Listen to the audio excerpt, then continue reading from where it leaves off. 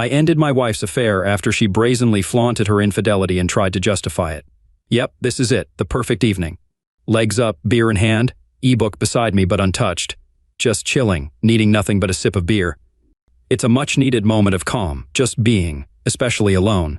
Solitude is all I crave right now. The sun setting, warm colors painting the sky, the sea like glass, no wind, no noise, just serenity. My yacht is anchored in a secluded bay off a Greek rock island, small but perfect, with no one around and good anchorage. Anchoring the yacht was tricky, needing a second mooring point in the tiny bay, but manual labor is a welcome change after a lazy day sailing. Now everything's set, the beer's cold, and silence reigns. But then thoughts of Julia intrude, always when I'm idle. It's a struggle I can't shake. I rarely dwell on the good times, doubting their authenticity. I used to think I was in love, but now I see it differently. Her love seemed genuine, but maybe it was just a performance. Anger bubbles up, but I push it away, focus on the sea, the sun, the pigeons. Underrated creatures to watch. Just relax. Deciding to recheck the moorings, though unnecessary, distracts me from thoughts of betrayal. I plunge into the sea impulsively to clear my mind, avoiding the rage that's consumed me lately, isolating myself to spare others from my outbursts. My sister warned I was a ticking time bomb, prompting my hermit lifestyle, luxury yacht over a cave for sanity's sake. Back on board, I cook to occupy myself. Julia's absence in the kitchen echoes her absence in our partnership. Focusing on making an omelet, I appreciate the solitude of this public spot, rarely visited by others, enhancing its appeal. Enjoying a silent dinner on deck, the tranquility intensifies with the fading daylight, cliffs glowing in the sun's last rays. Suddenly, a motor disrupts the peace, signaling an unwelcome intrusion. A loud motor yacht is approaching, my serene night shattered. I'm stuck with rowdy partygoers, too late and dark to escape to another island. As the yacht nears, it looms larger and more unattractive, blasting techno music. The approaching man, clad in a black suit, sticks out in the Aegean setting. Shouting over the music, he identifies the yacht as Fulvio Brioni, fashion royalty, demanding I move my tiny boat for privacy. I chuckle, refusing to budge. This is public property and I was here first. Irritation brews, but I maintain composure. His attempt to provoke me fails as I dismiss him. He retreats, his mission unsuccessful. I focus on my beer until he returns, offering $10,000 to move. I find it amusing and dismiss his offer with a curt remark. He leaves again. Later, their ship relocates to a nearby spot uncomfortably close. I try to stay calm, treating the spectacle as free entertainment. Their ship resembles a circus with brightly lit decks. Some passengers behave oddly with men strutting and women in high heels and bikinis. I wonder what kind of deck they have. I'd never allow high heels on my teak deck, but they seem standard on this ship, along with their pretentious attitude.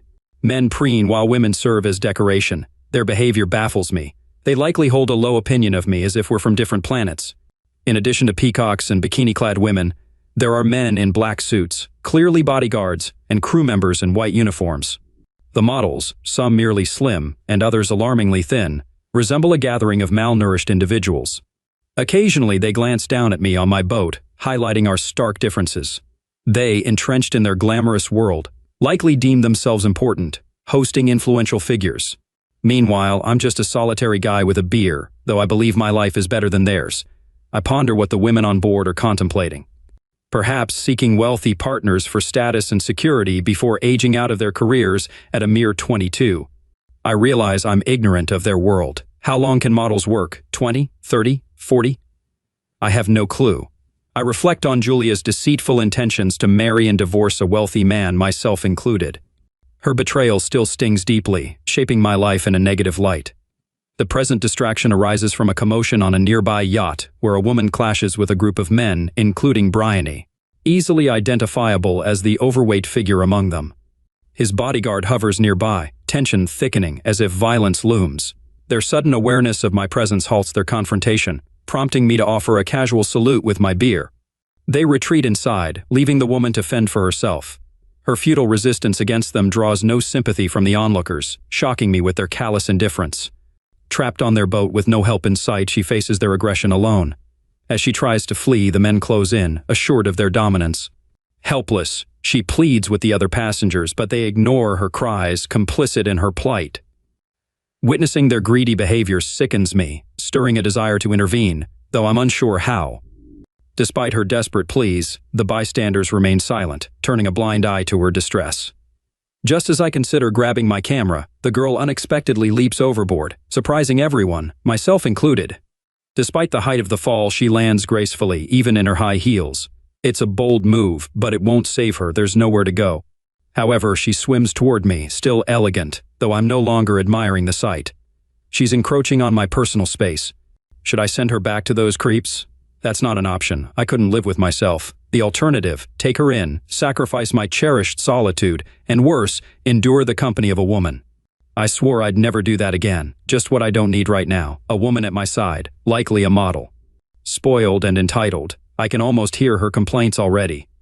Are there places in the world without women? A convent, maybe. Could I join in Gregorian chant? Are those monks truly eunuchs, or do they just seem that way? She's still swimming toward me. Damn damsel in distress, potential female company. I'm panicking. It's too late to anchor now and I can't refuse her boarding. She looks like she's in trouble. Fine, I'll take her to the nearest port tomorrow. As she reaches the gangway, I assist her, though it doesn't mean I'll engage in much conversation. Women aren't good for me. I need to keep my distance to avoid getting hurt again. This decision calms me a bit. I won't let another woman ruin my composure after months of regaining it. She looks at me questioningly, and I offer my hand without speaking. I may have a guest, but I won't chat all day. The situation is clear. She knows I witnessed the scene on Bryony's ship, and my gesture signals my willingness to help. Wait, she's still wearing heels. As she steps onto my teak deck, I gesture to her shoes, and she quickly understands. Oh, sure, sorry, she apologizes, removing them. My name is Anna, by the way. Mark, damn, only a few seconds in female company and I'm already fumbling. She extends her hand again. Our first handshake doesn't seem to count, as I was only helping her aboard. I understand her gesture and shake her hand, a blend of greeting and gratitude. As she stands, she takes her time, subtly showing me her presence in my space, perhaps allowing me to adjust to her unexpected intrusion. It's a thoughtful act after imposing herself on me. I wonder why a woman with any semblance of sensitivity was aboard that ship, though I dread hearing her story eventually. My new guest, Anna, is stunningly beautiful, fitting for one of Bryony's companions. Surprisingly, she's not as young as I assumed, likely in her early 22nd, only a few years younger than me. Anna isn't just attractive, she's downright beautiful, with sharp features and perfect green eyes. Despite her slender frame, she doesn't appear malnourished like some of the others. Her long, damp hair obscures its true color, but it's undeniably luscious.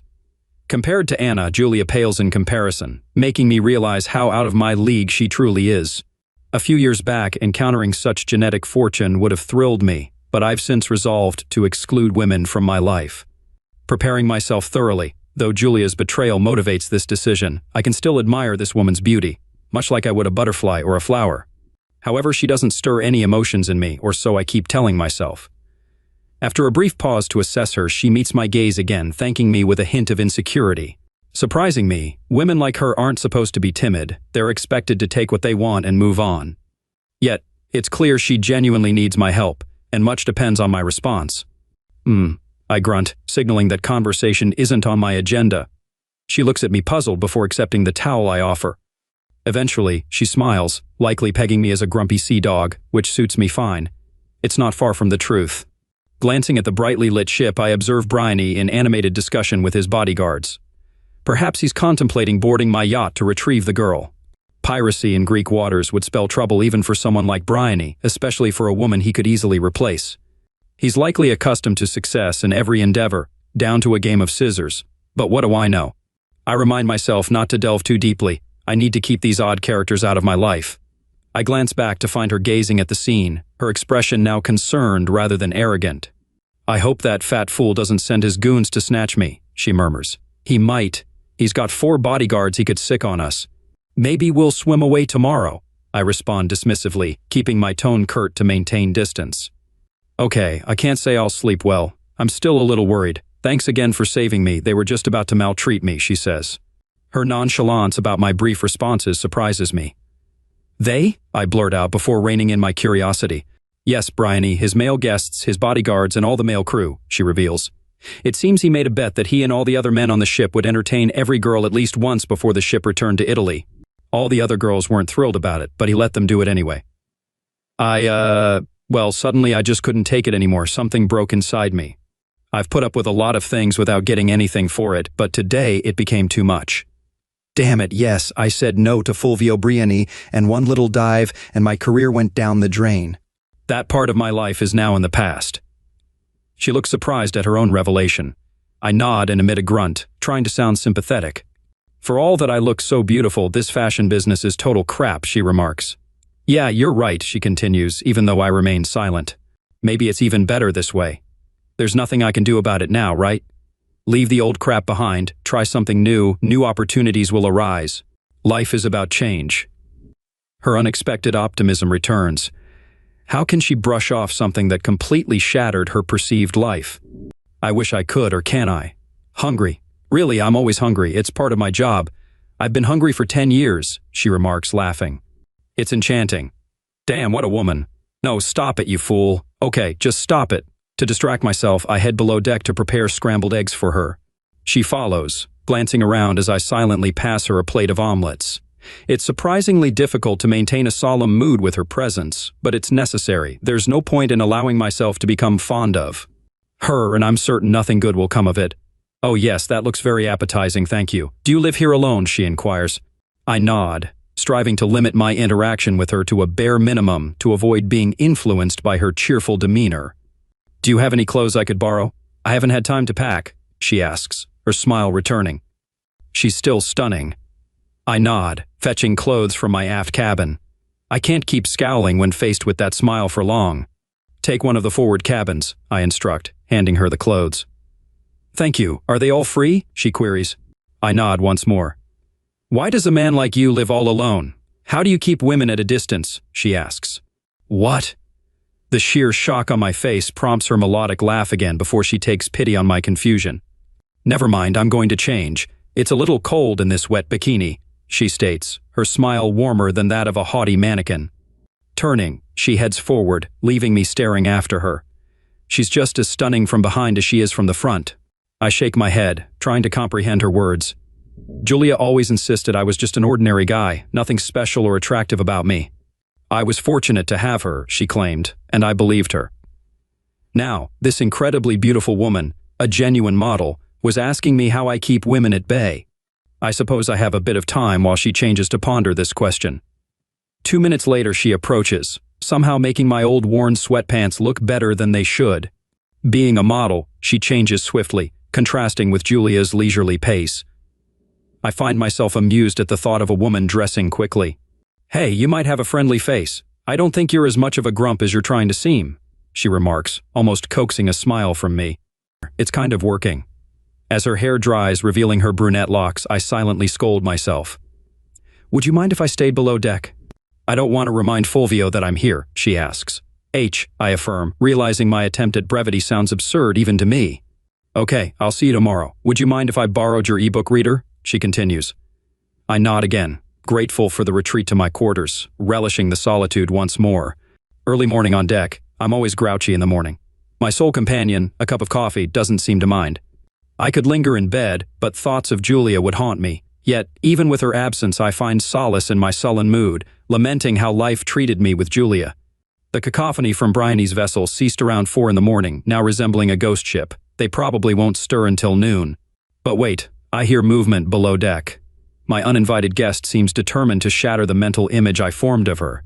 She's over 20, not buxom, and surprisingly not haughty even when faced with my rudeness.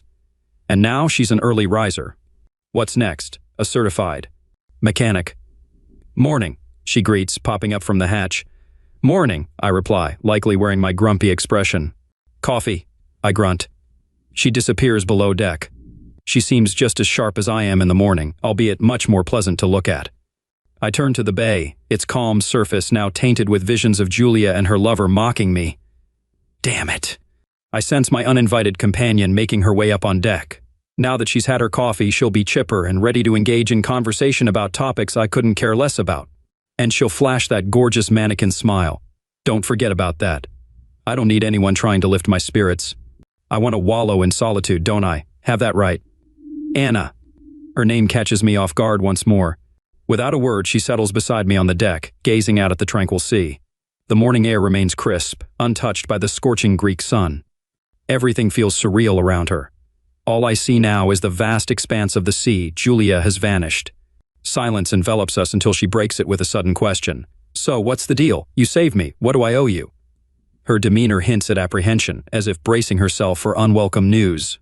Has everyone who helped you in the past wanted something in return? I blurt out, regretting my candor. I certainly don't need to delve into her past, but her query catches me off guard. Yeah, pretty much, I confirm.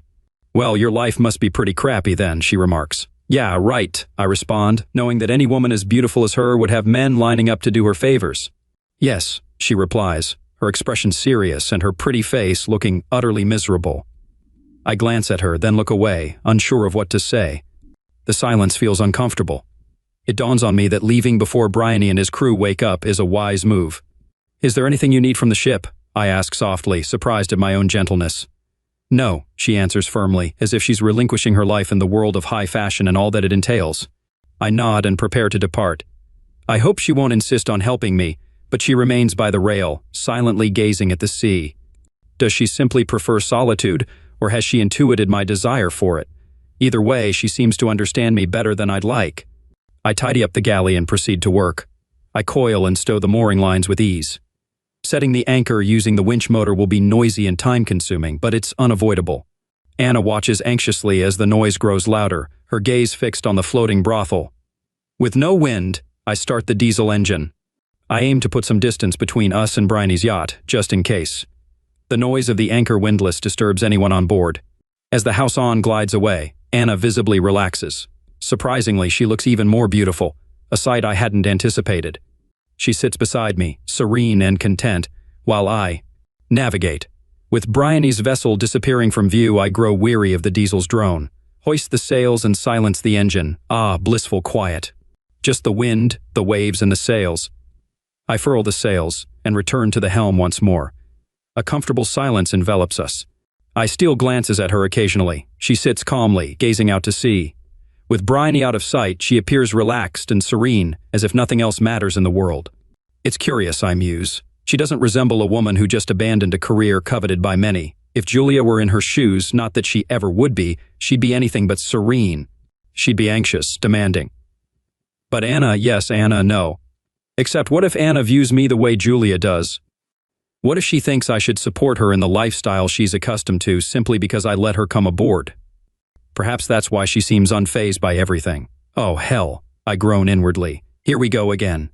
Henry Higgins was onto something. Invite a woman into your life and peace of mind vanishes. I'm done with it, once and for all. I glance at her. She turns away, gazing at the sunlit ocean beyond the harbor rail, appearing entirely innocent. Of course, I remind myself, she's a model, or rather, a former model. They can portray any facade they desire. I shift my gaze to the sails, then to starboard. What's her game? My thoughts are interrupted. Hold on, how does she know about that? I stare at her blankly. Well, damn.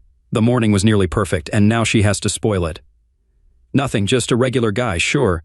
A good-looking guy, clearly affluent, sailing solo on a fancy yacht, trying to mask his niceness with grunts. What? Handsome. I spotted her first flaw. She definitely needs glasses. It's something we should discuss sometime. We're alone here, and I'm all ears, but I don't want to push. Thanks, darn it. Am I that transparent? Yes, you are. I throw my head back, but she just giggles. I can't help but grin. Darn it, playing defense isn't going so smoothly. All right, I'll take the bait. What's my next move? She even blushes a little. I'm not sure what you're going to say. I know you aim to keep your distance and stay quiet. She takes a deep breath and meets my gaze. There's a determined look on her face, though I think I detect sympathy in her eyes, or am I imagining things? You've been hurt badly. Your instinct is to withdraw and keep everyone at arm's length because you fear getting hurt again. It's normal, it's natural, even animals do it. However, sooner or later you have to turn around and start moving forward. You walk and talk, but you're still wary of getting hurt, especially by women. I get that. But by isolating yourself from others, you're only keeping your pain company. Each time you dwell on your wounds instead of engaging with others, you allow them to hurt you again. Your pain isn't improving, it's worsening. And you don't even receive sympathy because you've cut yourself off from society and no one sees you. I envision myself enduring in dignified solitude, cutting myself off so that no one, especially not a woman, could inflict the same pain as Julia. But what if I'm merely brooding? I decide to lay out my case to her, hoping she'll quiet down so I can think or brood or whatever. Okay, I was married to my childhood best friend, and it all crashed and burned. She cheated, yeah, and in the end, all she cared about was my money. So, you can understand why I'm cautious, especially with women. That should occupy her for a bit, but it didn't. I'm sorry. I figured it was something like that, but you're allowing her to keep hurting you and preventing you from finding happiness. It's a shame to give her that much control over you. You'll have to address this eventually. You can't just bury it all. It's not healthy, and who better to confide in than someone you'll never see again? I'm surprised by her words. It seems she's not flirting with me after all. Don't worry, I know you plan to part ways with me at the next port, so your secrets are safe. She paused. How about I share my story? I ponder for a moment. If she's willing to share her story, it means she's not prying into mine or trying to dredge up Julia's pain. That's unsettling. But what if her ordeal was worse than mine, and yet she managed it better? Then I'd have to open up to this intriguing stranger from a completely different world. What would become of me then? She interrupts my thoughts. Silence resumes. Her grin is infectious, like that of a playful child. I almost smile back, but I catch myself. No attachments, I remind myself. Don't let her ensnare you. Too late, she's still smirking. Damn, she's got me again. I better tread carefully around her. Gradually, her smile fades and her gaze drifts to the distant horizon. She speaks in a steady, monotone voice as if reciting. I grew up in a small town where everyone knew me. Other kids were smarter or more talented, but I was the one expected to make it big, to be famous. You know, when all you can do is look pretty, that means a modeling career. I quickly learned I was at the bottom of the ladder. It was nothing like being a princess in my small town.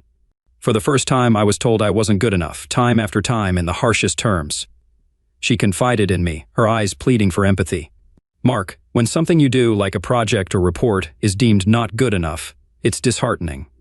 But when you're told you yourself aren't good enough, it's brutal. It really takes a toll on you repeatedly.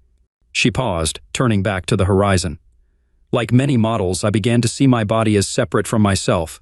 It was almost like a tool or a skill set. I did everything to maintain it, exercise, proper diet, you name it. But still, I fell short. I was never chosen. Then I observed the directors, favoring girls they were familiar with, those who socialized with them, or higher-ups. Socializing in reality meant engaging in lovemaking, regardless of the director's gender. It seemed customary.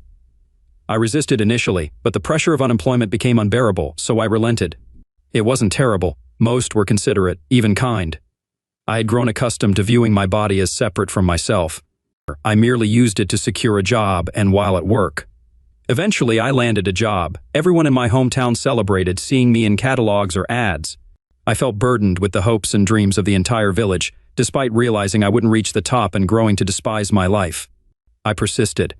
I empathized more with girls in abusive relationships. I'm not sure what triggered my change of heart. I've been on Bryony's cruises before and knew the expectations, but for some reason, whether it was a wager or something else, I had enough. I hid in my cabin until the thugs forcibly removed me. You witnessed the rest. She pauses, meeting my gaze. They didn't think I'd dare to jump.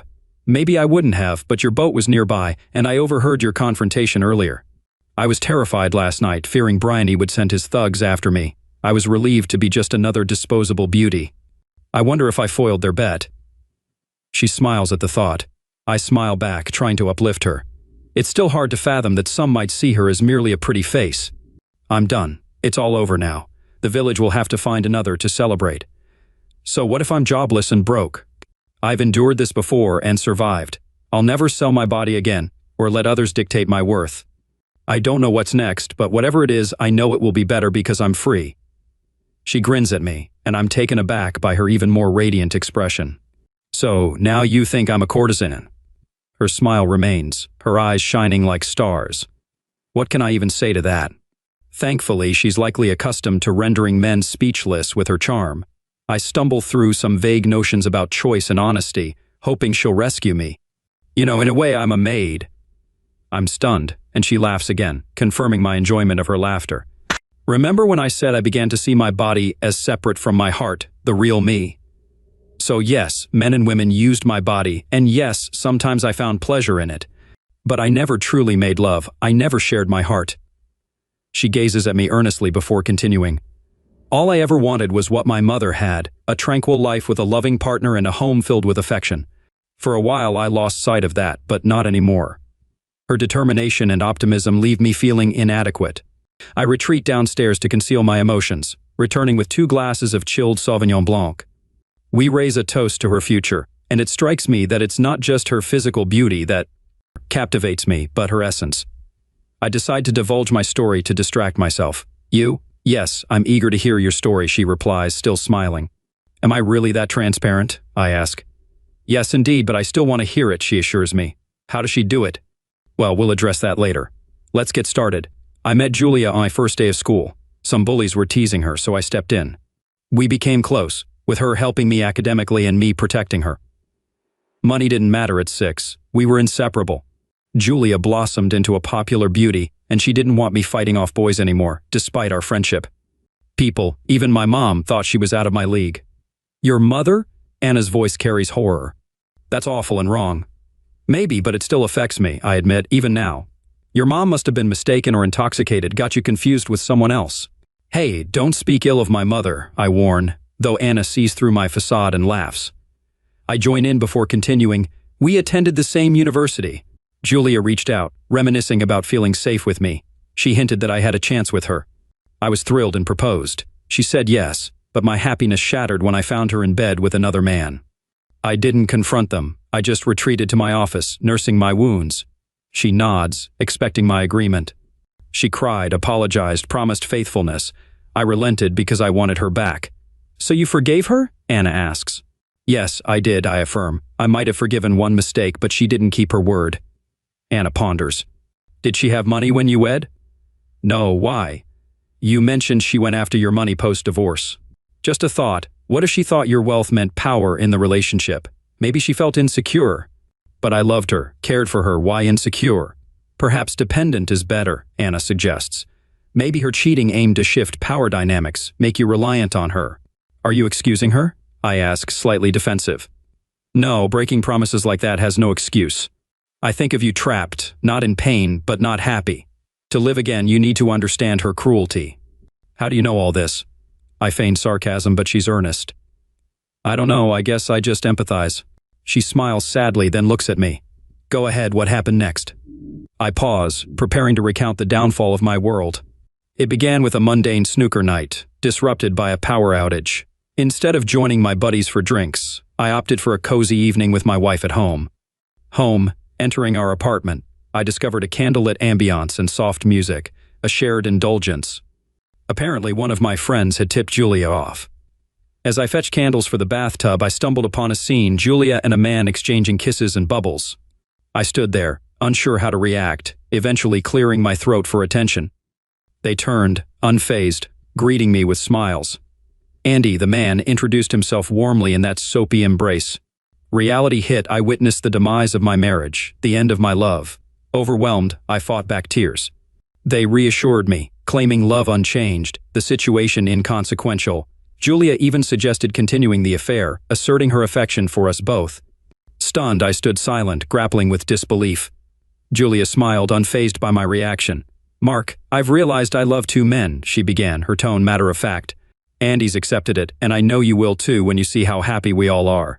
I'll still be with you most of the time, but now that you know, I'll spend some nights with Andy. When you're out with your friends, you won't even notice. And when we start a family, Andy will use protection to ensure the kids are yours, right, Andy? Andy eagerly agreed, nodding along. Our marriage will be stronger this way, she insisted. What about your promise to be faithful? I interjected. Oh, that, she brushed it off. I was a bit quick to promise. Besides, I hadn't met Andy yet. Does that justify breaking your promise? I pressed. Mark, don't be melodramatic, she retorted. Think about it. Andy and I have been dating for over 2 months now. Has your love for me diminished? No. You've even enjoyed better lovemaking since I've been seeing Andy. He's different from you, spontaneous and unpredictable. But you're still the better lover because you know me so well. It shouldn't be a problem, unless you make it one. She showed no remorse, demanding I accept her affair. Her vow of fidelity seemed meaningless. As I looked at her and Andy smiling together, pain crept into my heart. What if I don't agree? Her smile now held a hint of reproach. I hate to say this, Mark, but you need to know the consequences. If you divorce me over this, I'll protect Andy and myself. I'll ensure I get at least half of everything you own. I hope it never comes to that, but I'll do what I have to. She softened her tone. Remember, I've loved you since you were 6. The choice shouldn't be difficult. Keep enjoying what you have or risk losing me and half your assets. With warm smiles, she and Andy invited me to accept my betrayal. I must have looked as dumbfounded as a cartoon character punched with a brick. Andy chimed in, inviting me to join them. Julia playfully urged me to stay, blowing water at me and kissing Andy on the nose. I'm done, I said, walking away. Their soft chatter followed as I left, but I was too consumed by the situation to pay attention. I packed an overnight bag and left. It wasn't until later, alone in a hotel room, that I fully processed what had happened. I cried, cursed, and pounded the mattress in frustration. When I woke up, Julia was no longer the woman I loved, she was my enemy. Protecting my assets became my priority. Even if I didn't need the money, it was a matter of principle, not paying her for her betrayal. I had a significant advantage, unknown to my spouse. My wealth wasn't truly mine, it came from a trust fund set up by my clever grandfather. He had a cynical view of women and devised a plan.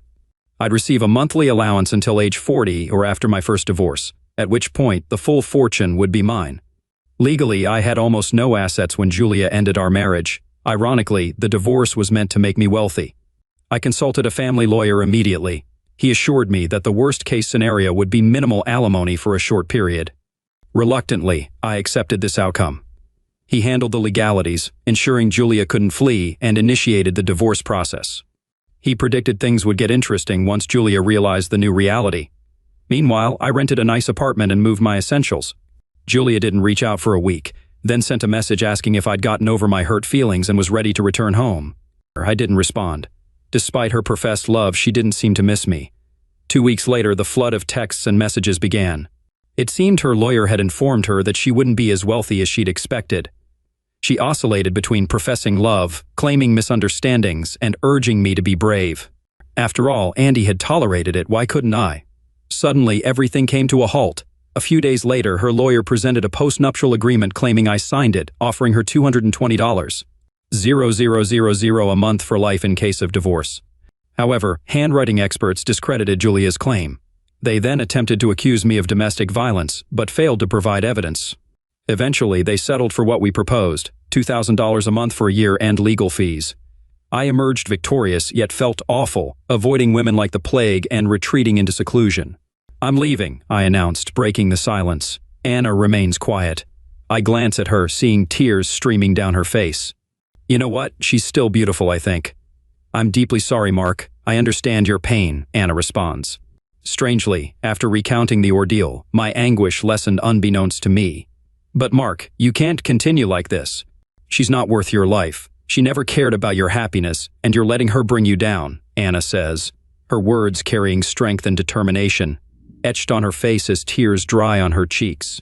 Mark, you have to live. Allowing her to destroy you is letting her win. I flinch, sensing the severity of her words. She pauses, allowing me time to ponder before interjecting into my thoughts. So you're a hermit? Her playful smile returns, accompanied by a glint in her eyes. Yeah, I suppose so. Yesterday, I might have embraced that label proudly. Today, I'm not so sure. At least you're not one of those bushy-bearded types, she teases. Thankfully, no, I reply. Promise me you'll move past this soon. You need to start living again, Mark, she urges gently, her caring tone resonating with me, leaving me speechless as I nod in response. She shifts focus. Good, she remarks. Now that's settled, I'll catch some sun. Her smile teases yet invites as she gracefully rises and heads to the bow. Did people really tell her she wasn't pretty enough? Unbelievable, I think, joining her to admire the view. As she settles near the mast, using my sweatpants as a cushion, I can't deny her allure. She exudes perfection, even without a camera to capture it. Yet, there's more to her than meets the eye. Her kindness is genuine, a rarity. She empathized when I spoke of Julia, easing my pain. Is she psychic? I hope not. Despite knowing me for less than 24 hours, she understands me deeply. But is she right about me? Should I abandon my isolation? I can't risk another ordeal like Julia. Yet, if I'm allowing her to slowly destroy me, as Anna suggested, what's the difference? Watching Anna, who's left her past behind like I have, albeit more dramatically, I see her eagerness to embrace life despite uncertainty. Her attitude is infectious. In her presence, my fear of living diminishes. With her, I feel she's way out of my league. Maybe there's someone like Anna but less stunning to build a life with. My imagination wanders as I watch Anna's smooth belly and nearly exposed bosom. Mark, damn, she caught my eye despite the sunglasses. Where are we going? She asks indifferently. Naxos, I reply. So this is where you were going to leave me? She smirks, rolling onto her back and removing her sunglasses. No, I won't leave you, but it's not like I want to, I respond, flustered. She laughs. Sorry, Mark, I shouldn't have. I just miss having someone to tease, to have fun with. Forgive me? I smile and nod, willing to forgive her anything. Then the nagging voice reminds me of women's capabilities. No, Mark, I'm not, she assures softly, sensing my unease. I wonder if I can read her. What's happening here? So I'll leave the boat on Naxos, I ask. No, unless you want to or need to, but you can if you want. I really like you here, but I wouldn't, she replies. Oh crap, you can stay as long as you want, she adds, enjoying my stuttering. I take a deep breath. I was planning on stopping there anyway for supplies, and you might want to get some clothes. That's my plan.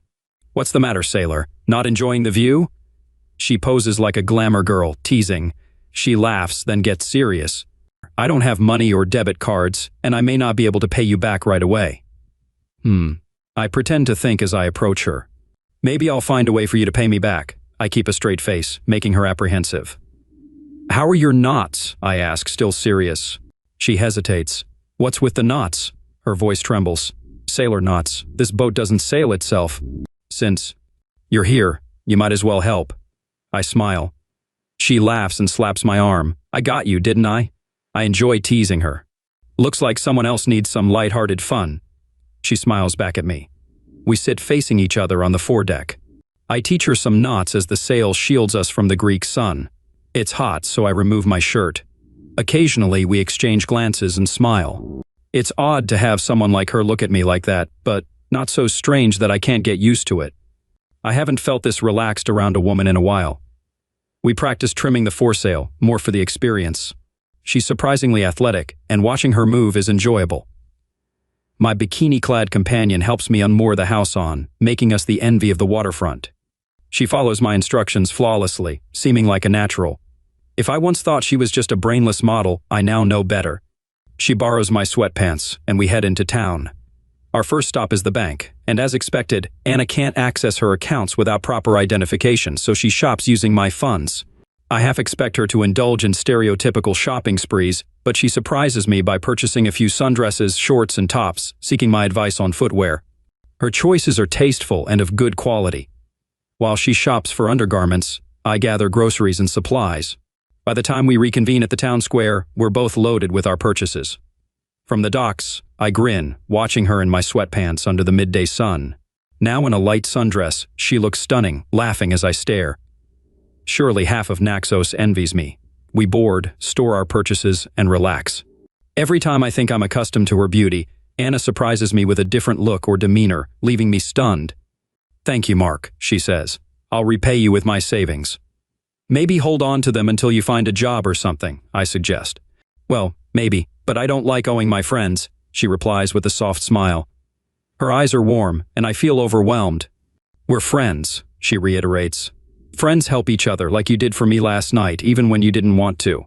We both acknowledge she's right. Friends don't hurt each other. And no matter what, Mark, I won't hurt you, ever. You know, we're at ease with each other. I can't recall the last time I felt that way with a man. No expectations, no pressure, just friends. When was that? She muses. You're feeling comfortable with me too. One more thing, you know how I always seem to know what you're thinking? How can I read you? You're the only person I can do that with, she adds. Damn, I try to feign disappointment. I was hoping you could read everyone like that, and we could rule the world. We chuckle, and she gazes at me. So, friend, what are the plans for tonight? She asks. Well, friend, the word slips out before I can stop it, surprising me, but it's fitting. I'm not one. To plan. Good, she says, smiling, because I have one, and it's perfect. You're taking me ashore to that nice seafood place we spotted, and we'll have a wonderful dinner together. And then? I inquire. After dinner, we'll head back to the boat, and I'll fill you in on the rest, she responds. We dine ashore at a humble seafood spot. I briefly worry if Anna might feel out of place, but the restaurant's long-standing reputation reassures me. Despite the stares, Anna comforts me, unperturbed by the attention. We enjoy a leisurely meal, and the owner's visits feel more like genuine hospitality than curiosity. The fresh seafood delights us both, and I'm surprised to find myself having a good time. As we leave, Anna's hand in mine, we stroll along the waterfront before returning to the house on. Anna's kiss is gentle, her gratitude palpable. "Thank you," she whispers softly. "I can't remember the last time I enjoyed a night so much." She glances away briefly to conceal her tears. After a pause, she turns back to me, flashing a cunning smile. "So, ready for the rest of the plan?" she asks. "Yeah, I suppose," I reply, and she chuckles. "Sure about that?" She winks, arching an eyebrow. Her earlier words echo in my mind. "Promise me you'll start living again, Mark." "Okay, I'm game. What's the deal?" I adopt a confident stance, hands on hips. "Is this where you seduce me?" "Huh?" My eyes widen, mouth agape, hands dropping to my sides. "Seduce?" "You know, when I... And then you." She grins at me, making me feel awkward. I mutter something in response, and she giggles. "Well, part of you understands, right?" Her gaze falls to the noticeable bulge in my pants. Oh no, she hasn't even touched me, yet I'm already aroused. "Anna, I thought you didn't want to rush into things," I say. "Don't worry, Mark. Lovemaking isn't on the agenda," she reassures. "Huh?" It seems to be my go-to response. "We're going to make love," she declares, her eyes serious, her smile sweet, radiating warmth. I feel myself falling for her. "Anna, you could have anyone. Why me?" I ask. "We're falling for each other, haven't you noticed?" she replies. Panic grips me once more. "Mark, I'm not Julia. I could never hurt you like she did." Her tone is soft but earnest, and I believe her. Without a word, she grabs my shirt, pulling me close for a kiss. It's incredible, almost magical, like nothing I've experienced before. When we part, I see tears in her eyes, and surprisingly, my own eyes grow moist too. Our connection feels almost overwhelming. She stands still, holding onto my shirt tightly, and pulls me towards my quarters, urgency in her movements. Then she pushes me onto the bed. "You're so beautiful," I manage to say, still processing what just happened. Why me? Was it my wealth? I can't think of any other reason. Suddenly, I lift my head to look at her. She's watching me, a satisfied expression on her face. "No, Mark, no. I love you, not your money. Don't misunderstand, money's helpful, sure, but using a man for it repulses me," she explains. "I'll sign anything, a prenup, no problem," I offer, trying to lighten the mood. "A prenup? Well, why not? Just in case we tie the knot someday." "You never know," she replies with a sly grin, and after a moment, I can't help but chuckle. It seems my destiny is already set. Well, it could be worse. Am I crazy? And even if you hadn't thought about it, I'm on birth control pills. "You're actually the first guy I've been with without protection, so you're in the clear," she adds. "Wow, what a fool I've been," I mutter, feeling a mix of embarrassment and relief. She laughs at my reaction. "You're too kind, Mark." Mark, we need to figure out our next move." "Well, the home port of the ship is on T-base, though I'm not sure that's what you meant." "Okay, do you have a car there?" I inquire. "Yes, a big X5, she replies. "Okay, so it's one of those SUVs, right? We'll drive to Milan from there. If you're okay with it, we can swing by and grab my stuff, the remnants of my old life," I suggest. "Sure thing, plus it's pretty much on the way to Germany," she agrees. "All right, we're going to have a blast. I've got a lot of work ahead, and I'm looking forward to it," I say. "Your job?" she asks. "Yeah, I've got to convince this guy that good women are out there," I explain. "Oh, so you're opening up to the female population again?" she teases. "What? Are you joking?" I respond. "Absolutely not. My motives are purely selfish." "It all seems too good to be true," she admits. The 4 weeks sailing back to Antibes were idyllic, filled with endless lovemaking, sun-soaked days, and culinary delights. We deliberately steered clear of discussions about the future, divorces, or our past, focusing only on the present. Upon arrival, we packed up the boat and loaded my car in silence, both dreading the return to reality. The journey back to Milan and then Germany was tense, with unspoken fears looming over us. I feared losing her again, having fallen deeply in love, while she seemed distant. Back in my apartment, the spark we shared on the yacht seemed to fade, replaced by an underlying tension. Despite the satisfying closeness, we both felt a strain. I contemplated returning to the yacht to salvage our relationship, unsure of how to prevent its demise. As we sat watching TV, I found her snuggled against me, reminding me of her allure. Just as I considered retreating to the bedroom, the doorbell interrupted our thoughts. Anna still refused to answer the door or phone in my apartment, and it was starting to bother me because it indicated she's not quite comfortable here yet. "All right, Anna, I'll get it. Thank you." I opened the door and found my nightmare standing there. Julia, dressed to the nines, looked stunning yet sinister. "Oh, honey, you finally arrived," she exclaimed, rushing over to me. I felt repulsed. Unfazed by my lack of response, she stepped back, observing me. "My, don't you look radiant, been soaking up the sun," she complimented. "Thank you," I replied. "Aren't you going to invite me in?" she asked, anticipating. "Please come in, Julia," Anna said behind me as I pondered how to deal with her. With a furrowed brow, I stepped aside. "Thank you," Julia said. "And you are?" Julia turned to Anna. "I'm Julia," Anna replied. "I'm aware," Julia responded. What a peculiar exchange, I thought, closing the door. Their voices abruptly turned sharp. If words were blades, the room would be drenched in blood. "Please have a seat, Julia," Anna offered. "Thank you," Julia responded stiffly, still silent. "So you're a friend of Mark's?" Anna asked. "I'm his girlfriend," Julia declared. "Getting paid for this?" Julia's tone shifted, accusatory. "Are you insinuating I'm a courtesan?" Anna countered. "Well, let's not be too hard on ourselves. You're not unattractive. Mark's quite wealthy. I wouldn't suspect prostitution, but perhaps some form of escort service," Julia suggested. "No, I'm sorry, I wouldn't want to intrude on your affairs," Anna said. "What? That's absurd." "So you're not with him for his money?" Julia probed. "No, absolutely not. It was a misunderstanding during his messy divorce. We belong together." "I truly love him," Anna asserted. "Me too," Julia retorted. "Honey, let's face it. Mark's a decent guy, but he's on a different level in terms of appearance." "I won't buy for a second that you're here for love," Julia challenged. "All right, darling, let's talk about levels." "I'm certainly not on yours," Anna said. "Oh, come on, don't overstate yourself," Julia scoffed. "Not true." "You're decent looking, but I'm model material," Anna countered. "Now let's talk about Mark. He's handsome, built like a tank, honest, open, and caring. He's a rare find. I'd love to have him. If he proposed, I'd marry him without hesitation," Julia confessed. "Really?" I asked, utterly shocked. "You're just after his money, you cow," Anna accused. "No, I'd happily sign any prenup," Julia insisted. "Really?" I inquired again. "Absolutely," Julia affirmed. "You fool, what do you think I've been waiting for all this time?" "Why do you think I've been so on edge since we left the boat?" Anna questioned. Julia hesitated. "What?" Mark asked. "Please don't," Anna pleaded. "That woman Anna is no good for you. You need me," Julia stated. "My husband's closest friend is getting married, and I'm absolutely refusing to attend. Am I in the wrong for this? I 30 female and my husband 30 male is currently a nurse. 2 years ago, my husband, let's call him Wayne, enrolled in a 1-year accelerated nursing program at a university in our city. This was a super intense program that basically shoved 4 years of nursing school into 1 year. The program is designed for people who already have an undergrad degree and have completed prerequisites for the program. Wayne quit his job so he could focus all of his energy on the nursing program and pass the NCLEX. I was fully supportive of this and basically told him whatever he needed to do to study and feel prepared, I was game. I think it is important to mention that Wayne and I have been together for 15 years now. We are high school sweethearts.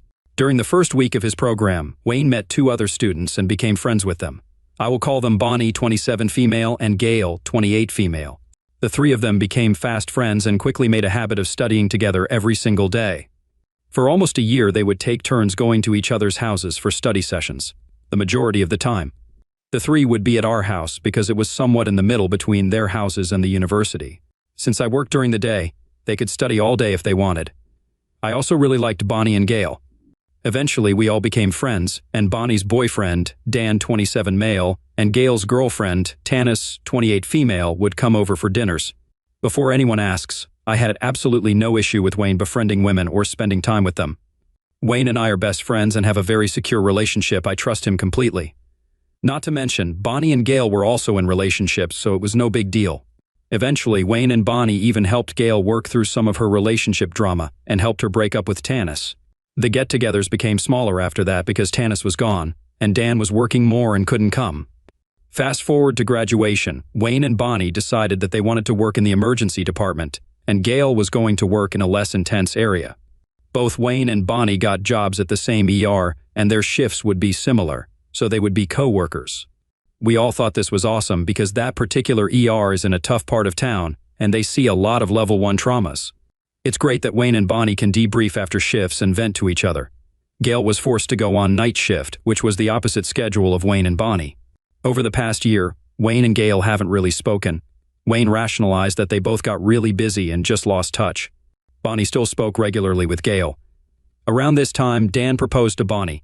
This was a long time coming, and we were all very happy for them. Bonnie said that Wayne and I were definitely invited, and that it was going to be so much fun. The happy couple eventually told us that the wedding would not be in town but take place in a state far away. Easily 12 to 13 hours drive or a flight away. While that would be a lot of money for us, we said that we would do our best to come.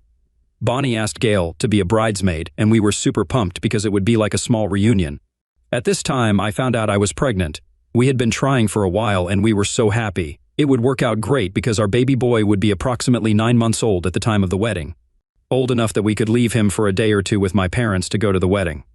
Fast forward to last week. On Tuesday, Bonnie hand-delivered Wayne our invitation to their wedding. I was able to request off work, and we've been slowly saving money to travel for the wedding.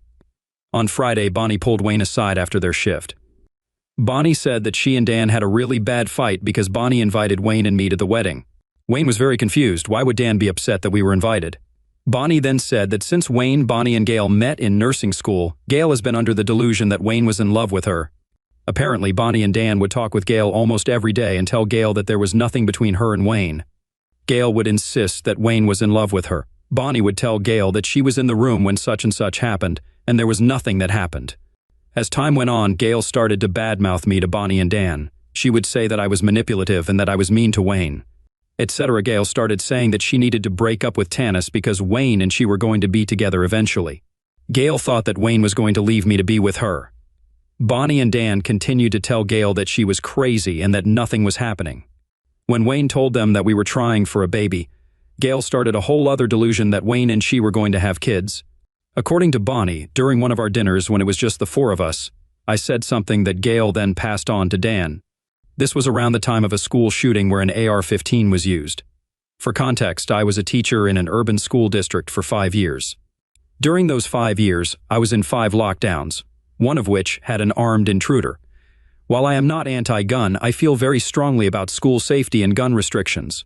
Dan enjoys guns and owns an AR-15. He is also very passionate about gun safety. Gail told Dan that I said something to the effect of, "Anyone who owns an AR-15 has those children's blood on their hands." I can say with 100% certainty that I never said that. I am sure because that is a super unhinged thing to say, and it would never come to my mind to say that. If anything, I would have said that AR-15 seconds shouldn't be so readily available to citizens, and that there should be restrictions in place so these tragedies don't happen. Regardless, Gail told Dan that I allegedly said this. According to Bonnie, Gail talked to Dan without Bonnie present, and she was unaware that this conversation had taken place. Dan was very angry and hurt by what Gail said, and chose to internalize his anger towards me. Apparently, Dan decided he no longer wanted to see Wayne and me and lied about his work schedule so as not to attend dinners with us. It was not until a couple of months after this that Bonnie invited Dan to dinner at our house, and he said, "Why would I spend time with those people after what they said?" Bonnie was confused, and then Dan told her what Gail told him. Bonnie told Dan that those words were never spoken and that Gail was lying. By this point, Dan had convinced himself that I had said those things and didn't believe Gail would lie.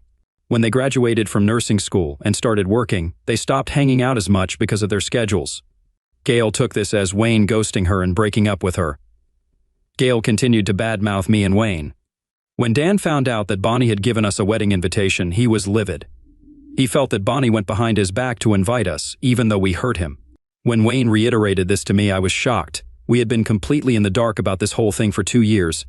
Bonnie had been acting like nothing was wrong. After almost every shift, Wayne and Bonnie talk on the phone. Not once has she even mentioned anything about this. Gail is still in the wedding party despite this. Dan still hates us. Bonnie wants Wayne and me to be at her wedding and says she can't get married without her best friend Wayne there. Firstly, Bonnie has lied by omission for 2 years. Frankly, I don't trust Bonnie anymore. I am skeptical that we have all of the information and that there isn't something more at play here. Secondly, I am offended that Dan would think that I said those things, and I'm shocked he would blindly believe Gail, especially after her delusions about Wayne. Thirdly, why would I want to go to a wedding where Gail is a bridesmaid? Who is to say she doesn't start something and cause a scene? Also, why would I want to spend thousands of dollars to travel to a wedding where I am uncomfortable and I'm leaving my baby? While Wayne is as confused as I am, he still wants to go to the wedding. He has trauma bonded with Bonnie through work and values her as a friend. While I understand this, I cannot get over this. Bonnie is trying to talk to Dan and convince him that we are good people and that Gail twisted everything. Honestly, after being left in the dark for 2 years, I don't want to have to convince anyone that we are innocent in this. If anything, we should be getting an apology from all parties. Wayne and I are currently still waiting to hear from Bonnie about her talk with Dan and Gail. As of right now, Gail is still a bridesmaid and Dan still doesn't want us at the wedding. Am I wrong for feeling this way? What would you do? ETA, the term trauma bond, is what my husband and Bonnie use all the time. That is how they describe their relationship since working in the ER together. It is half said as a joke, half in truth. Wayne also expressed that he did not want to go to the wedding if Gail was there, the main reason being that we don't want to risk there being a scene and potentially ruining Bonnie's wedding. Bonnie has also mentioned that she is considering removing Gail from the wedding party, but she is afraid to do that because she doesn't want to trigger her, cause her to spiral, or hurt herself. Gail has also been going through some mental health crises over the past year, which contributes to Bonnie's hesitation to ask her to bow out. I am not defending Bonnie or Gail, but understand Bonnie's hesitation. Estimated time of arrival too, I am not currently pregnant. I had my son in January, and he would be approximately 9 months old by the time the wedding took place. Update. Wayne and I sent Bonnie a message stating that if Gail was at the wedding, we would not be attending. Bonnie said, "I totally understand, and I would never want you to be uncomfortable ever. I'm so sorry this is happening, and I hate that I had to tell you guys. I wish I could have kept it to myself so no one else got hurt." Gail and I are up in the air right now. I don't have a single thought on our friendship. Dan is getting better, slightly. He's not as angry, or I should say his anger has shifted to Gail, but he's still frustrated. Now we know that she would have never told us. I haven't talked to Wayne yet to see how he feels about this. Update 1. Thank you all for the thoughtful and blunt responses. I tend to be a very straightforward person, so it is nice to know that random. Unbiased third parties on the internet also think this situation is ridiculous and childish. I am aware that this whole thing is very high school. I couldn't agree more. I think that is what makes it all the more baffling. I know many of you wanted an update, so here you go. Since I left off, Wayne and I spoke and thought it was only fair that we reach out to Gail. As many of you pointed out, we have only gotten Bonnie's side of the story. Gail admitted to having a crush on Wayne but denied everything else. As previously established, Gail is untrustworthy, so I take her response with a large grain of salt. Wayne and I screenshotted the texts and sent them to Bonnie. We made it very clear that we are not keeping anything secret, and we assumed that Gail would immediately reach out to Bonnie to let her know we reached out. Bonnie was upset that we talked to Gail and didn't know what we hoped to gain from that. Bonnie went on to say that her life is exploding, and us wanting more information is valid.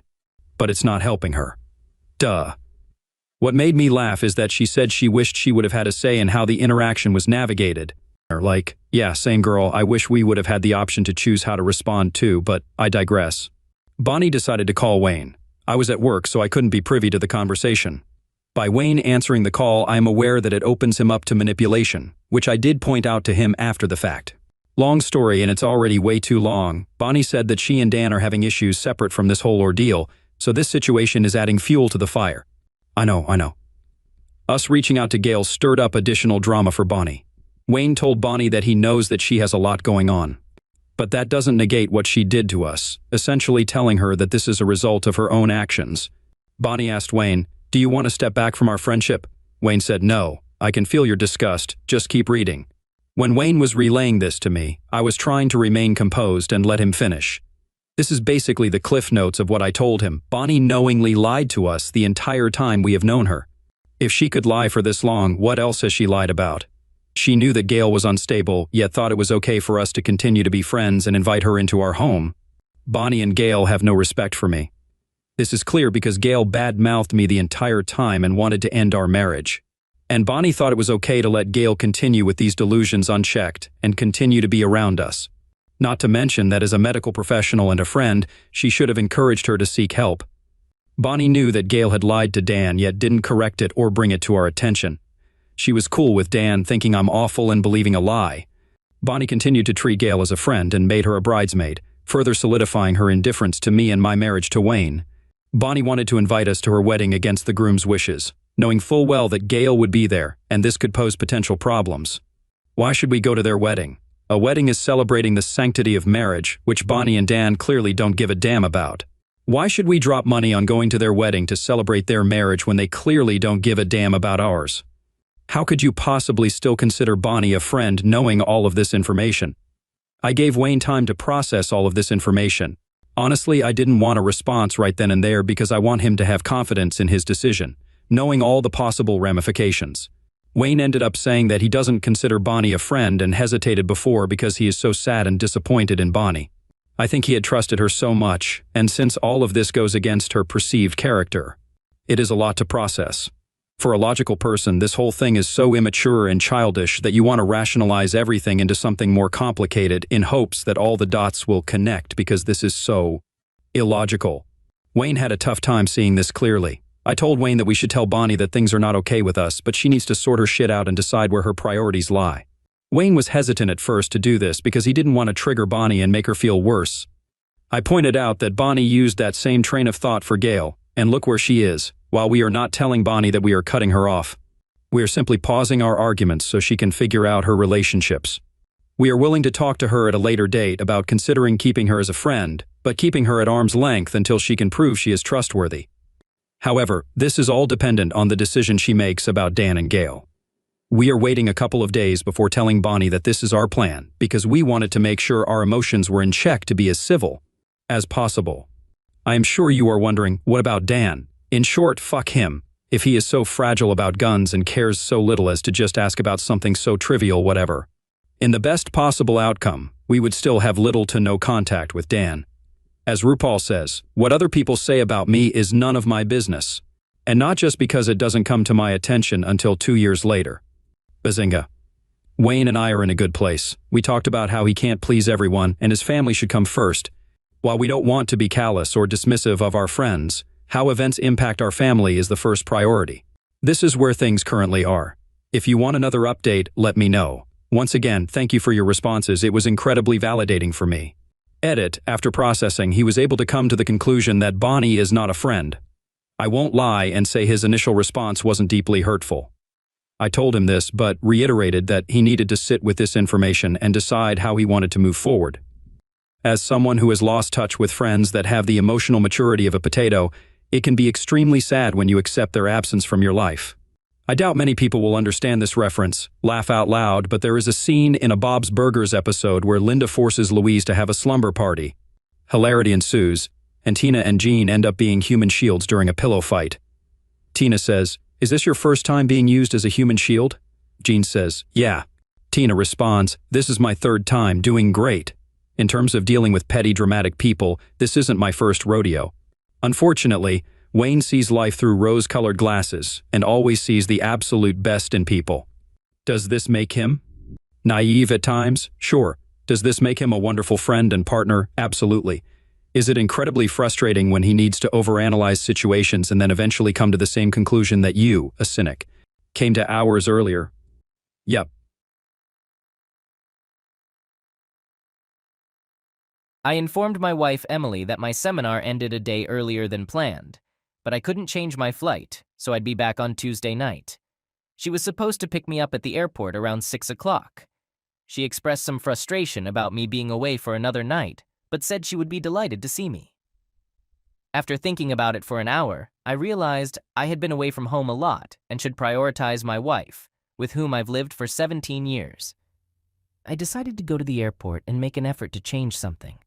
I almost gave up, but then noticed there was a flight to an airport near our hometown. The airport I usually use is about an hour north of our place, but the other airport was almost 2 hours to the south, and I had never used it before. I checked and found there was a flight leaving for that airport in half an hour, so I went to the counter to purchase a ticket. I was surprised at how easy it was. An hour later, I was in the air, and 3 hours later, I landed. I rented a car and expected to be home around midnight. Emily had to find a way to express her joy at my early return. I mentally listed some assumptions and smiled to myself. I decided not to call her and wanted to make my return a complete surprise. It was just before midnight when I arrived home. The house was dark and Emily's car was gone. I found it peculiar as I brought my bag inside and unpacked, wondering where she could be at this hour but deciding not to jump to conclusions. I called her cell phone and she answered on the third ring. I greeted her and pretended to check on her well-being, She informed me that it was well past midnight and she had been asleep. She assured me that she would be at the airport the next morning at 6 to pick me up. I was puzzled and curious about her being asleep but not at home. I inquired about her whereabouts, mentioning that I had tried calling our home phone but got the answering machine instead. She explained that she was in bed and that our phone didn't work, mentioning a repairman scheduled for the next day. My head was spinning as I wondered whether she was in bed upstairs. I had been unpacking in the same room and hadn't seen her. It seemed unlikely that she was blatantly lying to me, but I couldn't help but wonder why. I then informed her that I wouldn't be on the 6 o'clock flight and that I'd be staying a few more days. I promised to call her when I had the exact time and day for my return. She expressed her longing for me and asked me to come home as soon as I could. I assured her that I couldn't wait to see her and said my goodbyes. As I finished the call, I couldn't help but notice a hint of laughter in her voice. I dialed my home phone number, and it rang. Normally, I would contemplate answering the phone and having a witty conversation with myself, but I didn't have the heart to do it. I went up to our room and searched under the bed and in other hiding spots. I thought to myself, ladies and gentlemen, Elvis has left the building. I'm in sales, not rocket science. But my instincts were sharp, and I sensed something suspicious. How foolish had I been? Quite foolish. That was my honest assessment. The next morning, I got up early and moved the rental car to the other side of the street. Around 7 in the morning, I saw Emily's car pull up to the house with a man driving. I hid in the junk closet in the foyer with the door slightly ajar. Emily unlocked the door, and they entered. She informed him that she needed to change and get ready for work. She mentioned getting clothes for the next day to avoid returning in the morning and said she'd be back in 10 minutes. He chuckled and replied that he'd help, but then he'd have to make love to her again. Emily playfully warned him that she'd have to fire him for being late and mentioned that he seemed to enjoy the fact that she worked under him. She also commented on how his wife considered her the perfect secretary. I couldn't help but wonder what she would say to his wife, considering she found him obnoxious and arrogant. He had only been with the company for a couple of weeks, as far as I could remember. He laughed and mentioned that he had already told his wife about Emily, noting that she was the same age as his wife's mother and much lighter in weight. He joked that when his wife saw Emily, he'd have to fire her anyway. He then added that he had informed his wife he'd be house hunting that week and might not be away from the hotel for a couple of days. Emily rejoined them, and they shared a laugh. She looked stunning, and her boss was named Mr. Boss. They embraced, and he gave her a slow, passionate kiss.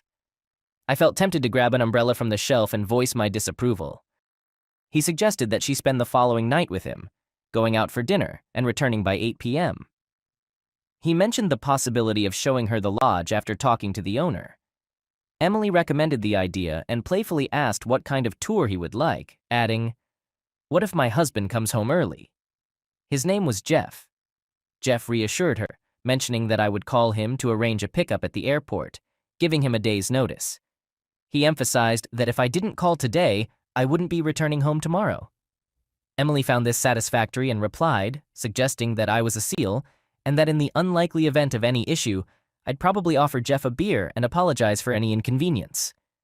Jeff, in turn, suggested that I sounded like a pushover and that his wife would be furious and potentially cause him trouble if he cheated on her.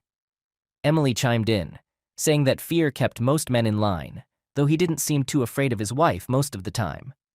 Jeff responded by explaining that he'd be in deep trouble if he cheated and would be lucky to save his life. He added that his wife was in Houston, which made him feel relatively safe. That's when I stopped listening as they left the room. My face turned red, and I felt my blood pressure rise. Not only had my wife been unfaithful, but she also appeared to dislike me. I sat down to contemplate the situation, and a plan slowly began to take shape. I recalled that Emily had mentioned her new boss was being transferred from the company headquarters in Houston. I needed to find out his name, so I made a few phone calls. A few discreet questions to the female receptionist at Emily's workplace quickly provided me with all the information I needed. His name was Jeffrey Ross, and he had a wife and 2 teenage children. She would stay in Texas until the kids finished their school year, and then they would join Jeffrey in Springfield. He would search for a house every night after work. I searched for the last name Ross in Houston on the internet directory and found 3 Jeff Rosses in Houston. With my first call, I hit the jackpot. I inquired if she was Mrs. Jeffrey Ross, and she affirmed, asking how she could assist me. I asked if her husband worked for the Halifax company, and she confirmed that he did. I fabricated my identity, claiming to be Don Watson from Halifax, and mentioned planning a small party for her husband Jeff and her. I explained that they would receive round-trip tickets to Springfield as a surprise for Jeff. She responded positively and inquired about the date of the event. I refrained from giving a direct answer and instead conveyed that the event would take place the following night. I provided flight details and explained that the company would reimburse Jeff for the expenses. I emphasized the need for secrecy, and she promised not to divulge the information to anyone. Next, I started calling Emily's friends and family to invite them to her surprise party. I informed them that Emily had received a promotion from her boss, which warranted celebration. Everyone was pleased with the explanation and the need to keep it a secret from Emily. I asked them to arrive at our house by 7 p.m. to ensure Emily's presence. To ensure a smooth party, I contacted a local restaurant and ordered food and drinks, specifying that it should be set up on the veranda next to the living room by our pool. This was a special touch, as Emily had always wanted a party on that veranda. I left instructions for the caterers and explained that the house might be empty when they arrived, but they could set everything up on the outdoor veranda by going around the house. The next day, I arrived at the airport half an hour early. As passengers were heading to the baggage area, I approached a couple of unaccompanied women and inquired if they were Mrs. Ross. While talking to one of the women, I heard someone addressing me. She introduced herself as Mrs. Ross and asked if I was there to pick her up. I was almost speechless when I saw her. She looked like a movie star. I introduced myself as Ron and explained that my wife worked for her husband. I decided to think on my feet as she seemed a bit suspicious. I humorously mentioned that I was often told I had married an older and larger woman, but reassured her that it was just because my wife had more experience and there was more to love. She pondered this for a moment and then smiled, and I felt relieved. We collected her luggage and headed to the parking lot. When we arrived at my house at 6:30, I explained to Mrs. Ross that it was an outdoor party in honor of her husband and also a celebration for my wife's birthday. As the guests began to arrive, the caterer completed the setup and I was genuinely impressed. It looked like a top-notch party, and I hadn't realized it could be organized so seamlessly. By 7:30, everyone I had invited was in place. I asked them to park behind the church a half block away so our driveway would be clear. I explained to everyone that I would hide in the living room, and when the guests of honor pulled up to the house, I would turn off the patio lights. This would be a signal for them to be very quiet. We had sliding glass doors leading to the veranda, and there were vertical blinds that could be adjusted using cords. One cord opened the blinds horizontally, while another separated them. We also had heavy curtains that we used during cold weather. These curtains were large enough for me to hide behind as I reached for the cords of the vertical blinds and the light switch on the veranda. A few minutes before 8, I noticed Emily's car pulling up in front of the house. I turned off the lights on the deck and concealed myself behind the curtains to create a quiet ambiance. The door opened, and I could hear Emily and Jeff laughing. I thought to myself that it was reassuring to know they were enjoying themselves. Jeff, in a light-hearted manner, expressed his eagerness for some private time, mentioning that they rarely had a moment alone. He helped Emily remove her dress, revealing that she was wearing only a thong. They both seemed to be in high spirits as Emily playfully took off her thong. She commented on Jeff's constant playfulness, and he pushed her onto my chair, and their liaison began. Carefully, I turned on the light. Emily was taken aback and demanded an explanation for my presence, her question appearing somewhat simplistic to me given the circumstances. I calmly reminded her that this was my house, emphasizing that my name was on the deed. She expressed surprise at my early return, and I casually acknowledged it. Jeff muttered something about needing to leave and having matters to attend to. I offered him a drink, which seemed to surprise both him and Emily. I could tell Jeff was contemplating Emily's earlier assumption that I would offer him a beer if I caught them together. I couldn't help but smile as I observed his thought process. Before Jeff could respond, his wife abruptly entered the room from the veranda, clutching a large purse and waving it about vigorously. His surprise left him virtually defenseless, and he ended up about 5 feet away from his previous position. Subsequently, Emily's mother and sister joined the scene. Emily, still undressed, received a scolding from her mother, who instructed her to get dressed and jokingly suggested she consider a career in adult entertainment after the recent performance. Emily was too shocked to respond, and when I turned on the porch light, she realized that 20 other people were looking at her. I went outside, grabbed some potato salad and wings, and fetched a can of beer from the fridge. I returned to my seat and observed Jeff's struggle to sit down, as well as Emily's attempts to regain her composure. The entire situation was undoubtedly frustrating, and I couldn't help but think that I wasn't the one responsible for this mess. Emily and Jeff had placed themselves and their loved ones in this uncomfortable situation. Ultimately, it was better for everyone to know the truth and move forward. As time passed, the situation settled down. Emily's cousin took Mrs. Ross to the motel, while another cousin assisted Jeff to the car and provided him with a ride to the motel. Emily's mother asked if Emily wanted to go with them, but Emily declined. Her mother expressed understanding of my likely upset and acknowledged that Emily deserved a good scolding, but believed she was already suffering enough. Then they departed. Emily hid in the bathroom, and I heard the shower running. I've never enjoyed beer and wings so much. Sitting alone and reflecting on the events of the evening, I thought to myself that once or twice in life, everything aligns perfectly and the plan actually works. After finishing my salad and wings, I began cleaning up. Cleaning up after this crowd took quite a bit of time. I had to store the leftovers in the fridge and freezer. It was past midnight when I sat down at the table with the last beer of the evening, finally able to relax. Emily entered the room and took a seat across from me. I asked her if she was happy and if that's what she wanted. I wondered why people started forming such opinions. I questioned whether I had done anything to give them that impression, and even suggested it might have been her doing. She responded by mentioning the incident when I got caught with my boss. She wondered if anyone would think that's what promiscuous women do. Emily expressed her frustration at me for not coming to her if we had any problems instead of inviting the whole neighborhood over. I grinned and asked her if we had a problem. She continued, explaining that she never meant to be rude with me and that she never thought I would find out about my boss. She accused me of intentionally hurting her.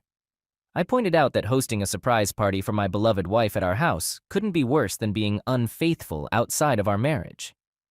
I suggested that not many people would agree with her perspective. Finally, she said what I had been waiting to hear for so long.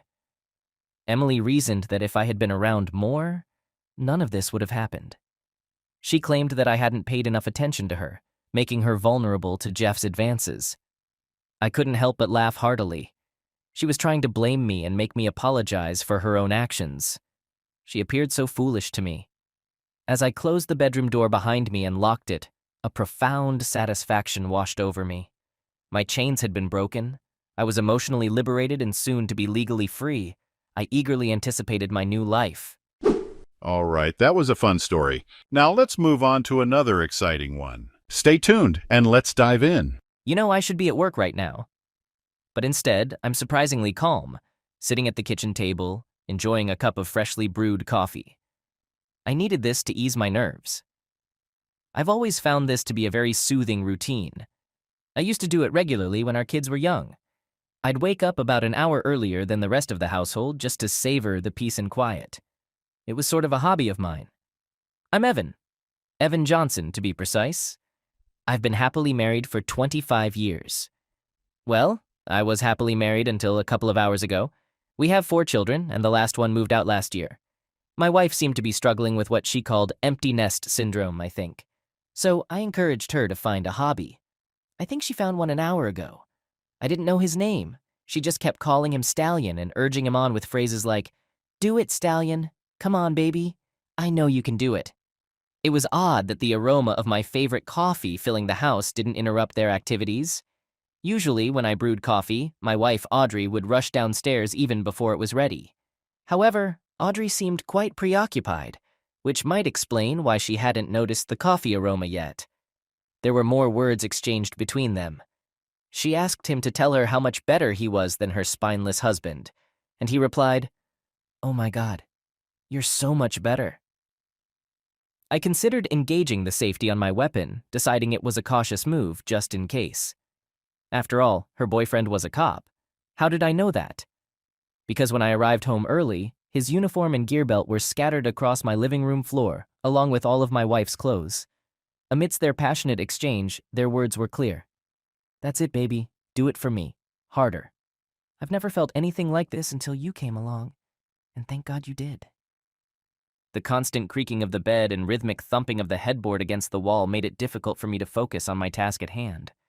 I couldn't be certain how much time I had, but judging by the duration of their activities in what used to be my bedroom, a place I had no intention of entering again, it seemed I had ample time. It was evident to me that this was not their first encounter, as I overheard my wife expressing a desire for increased frequency. "Damn it, baby! We need to find a way to meet 2 or 3 times a week instead of just occasionally."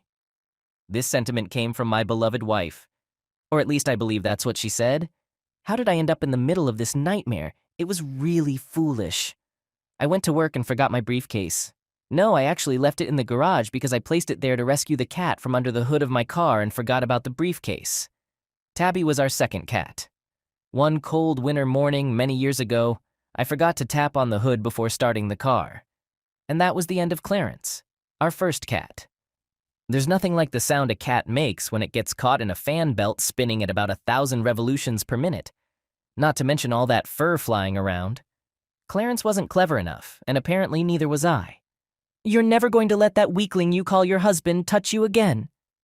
"No, he'll never touch me again, I swear." My briefcase wasn't that important, so I was just going to leave it behind. But I had to visit a client who drove me straight to my house. Tack. Anyway, I turned onto my street and immediately saw a black and white police car parked out front. I felt like someone had stabbed me in the heart.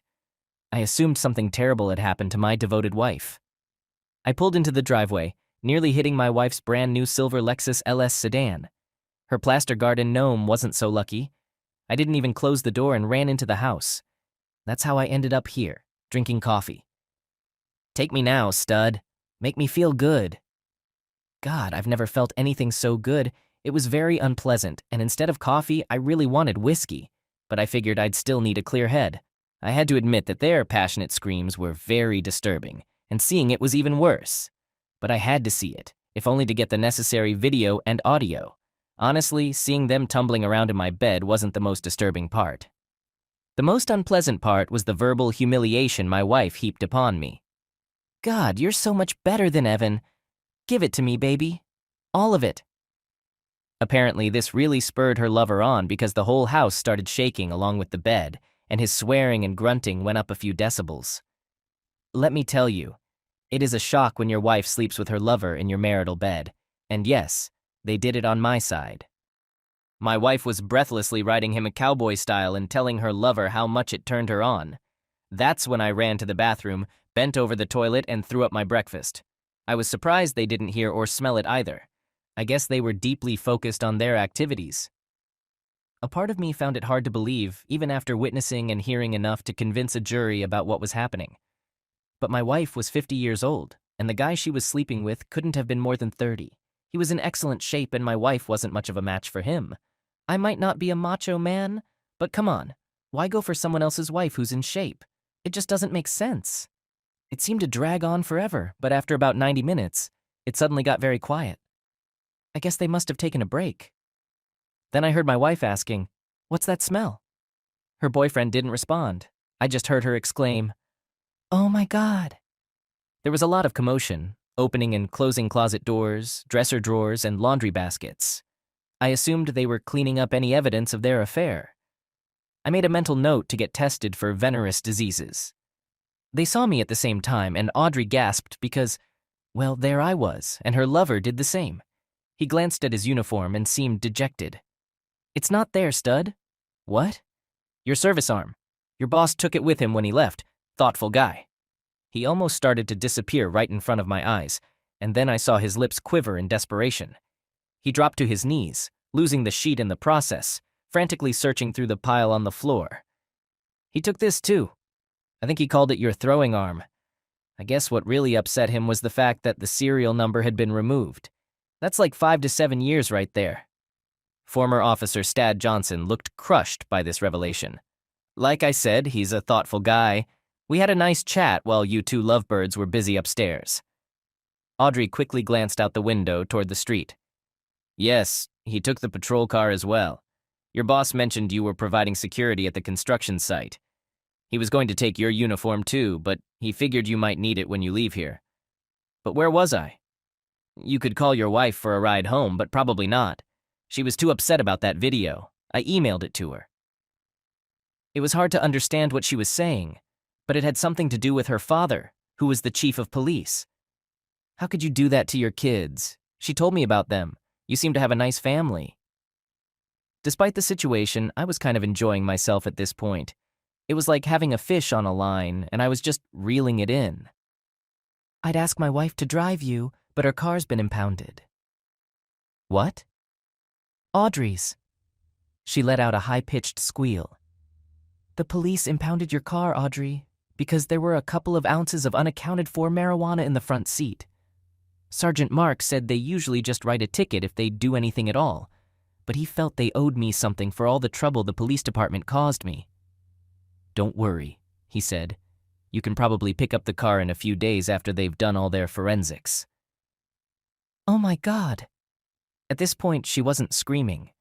It was more like a sad moan, similar to a lonely hound howling at the moon. Well, officer, I think it's time for you to put on your uniform and leave. So he did. After he left, my wife finally regained her speech. Please, Evan, I love you. It didn't mean anything at all. It was just a fling or something like that. Oh man, I wish you'd told me that sooner. I was worried you loved him and were going to divorce me. Now I feel bad. I overreacted, didn't I? You know I love you. Of course I love you, Evan. Why would you doubt that? Well, besides the whole infidelity thing, making love to your lover on my side of the bed and calling me a stupid idiot covered in crayon, there were a few other signs. Oh, honey, I never actually did that. It was just bedroom talk to get us in the mood. Wait, you said you overreacted. Evan, what did you do? She looked annoyed. Evan, what did you do? Up until now, she seemed to be in shock, but now she was clearly nervous and paying close attention. Well, I'm sorry, but just when I thought you didn't love me anymore, I sent the video to our kids. I just wanted them to see who their new daddy would be. You might have to wait a little while before you call them. They seemed upset for some reason. I thought they'd be happy for you. Well, that's what I did. Oh my God, you didn't. I just nodded. I forgot to mention one more thing, but you probably already know that your lover's wife works for the same company as you. I think she mentioned that she works as an executive assistant to the CEO.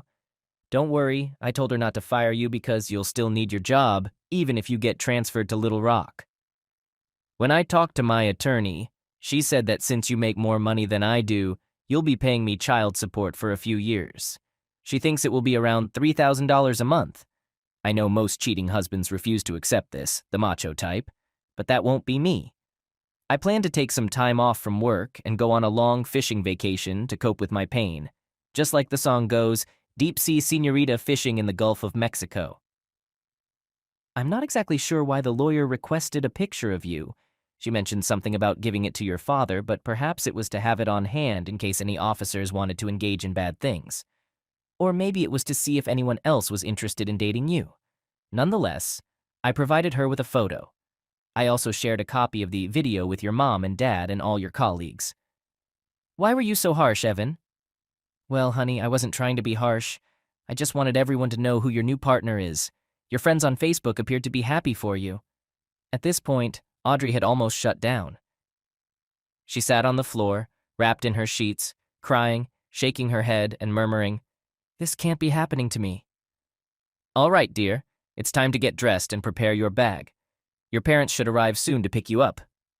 Pick me up? Well, of course, you'll need a place to stay. The house will have to be sold as part of the divorce, I told her later. Divorce? You seem to have some questions, dear. That surprises me. What did you expect would happen when I found out? Well, you didn't anticipate getting caught. Should we keep having this pointless conversation? For a few minutes, it was quiet upstairs. She didn't utter a word, aside from the occasional wheeze and sob. Why is it that cheaters always cry when they get caught? It's a terrible thing. If getting caught is so unpleasant, then please, don't cheat in the first place. About 10 minutes later, she came downstairs, dressed but without her suitcase. Evan, honey, we're really... Then I heard the car of her parents pulling up in front of our house. Farewell, Audrey. As always, I held the door open for her, being a gentleman. All right, that was a fun story. Now let's move on to another exciting one. Stay tuned and let's dive in. That evening didn't go as expected. The house was eerily quiet, and I couldn't find my wife, Helen, or our kids. Helen and I, Mike Lewis, have been married for 11 years. When I realized the silence, I noticed a note on the table. Mike, I'm sorry I can't tell you this in person, but I'm too much of a coward to face you. I met someone else and fell in love. The kids are with me and safe. The divorce papers are in the envelope under this note. As you can see, I'm not asking for anything, Helen. Naturally, my day and my life took a nosedive within moments. I was pacing around the kitchen, swearing, going through the divorce papers, and finally slumping into a chair. Helen was leaving me the house and all our money, taking only clothes for herself and the kids, along with their toys. The most infuriating part was the last demand. Helen wanted me to sign adoption papers for my kids, allowing her new partner to adopt them. It felt like a done deal.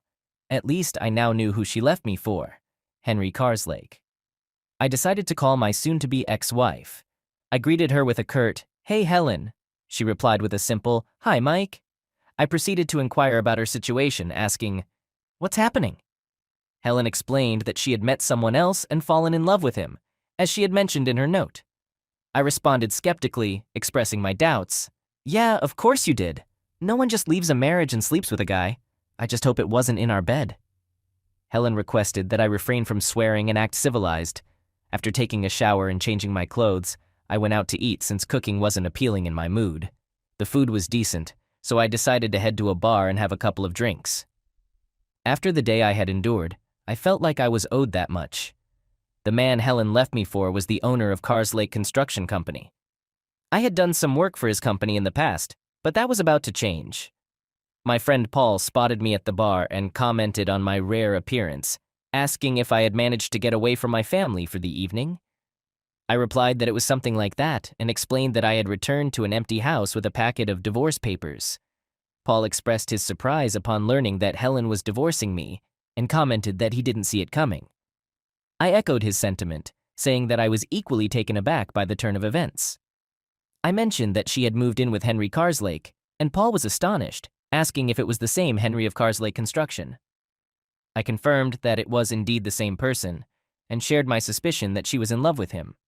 Paul inquired about my plans, and I declared that I was going to give her a divorce since she didn't want anything from me.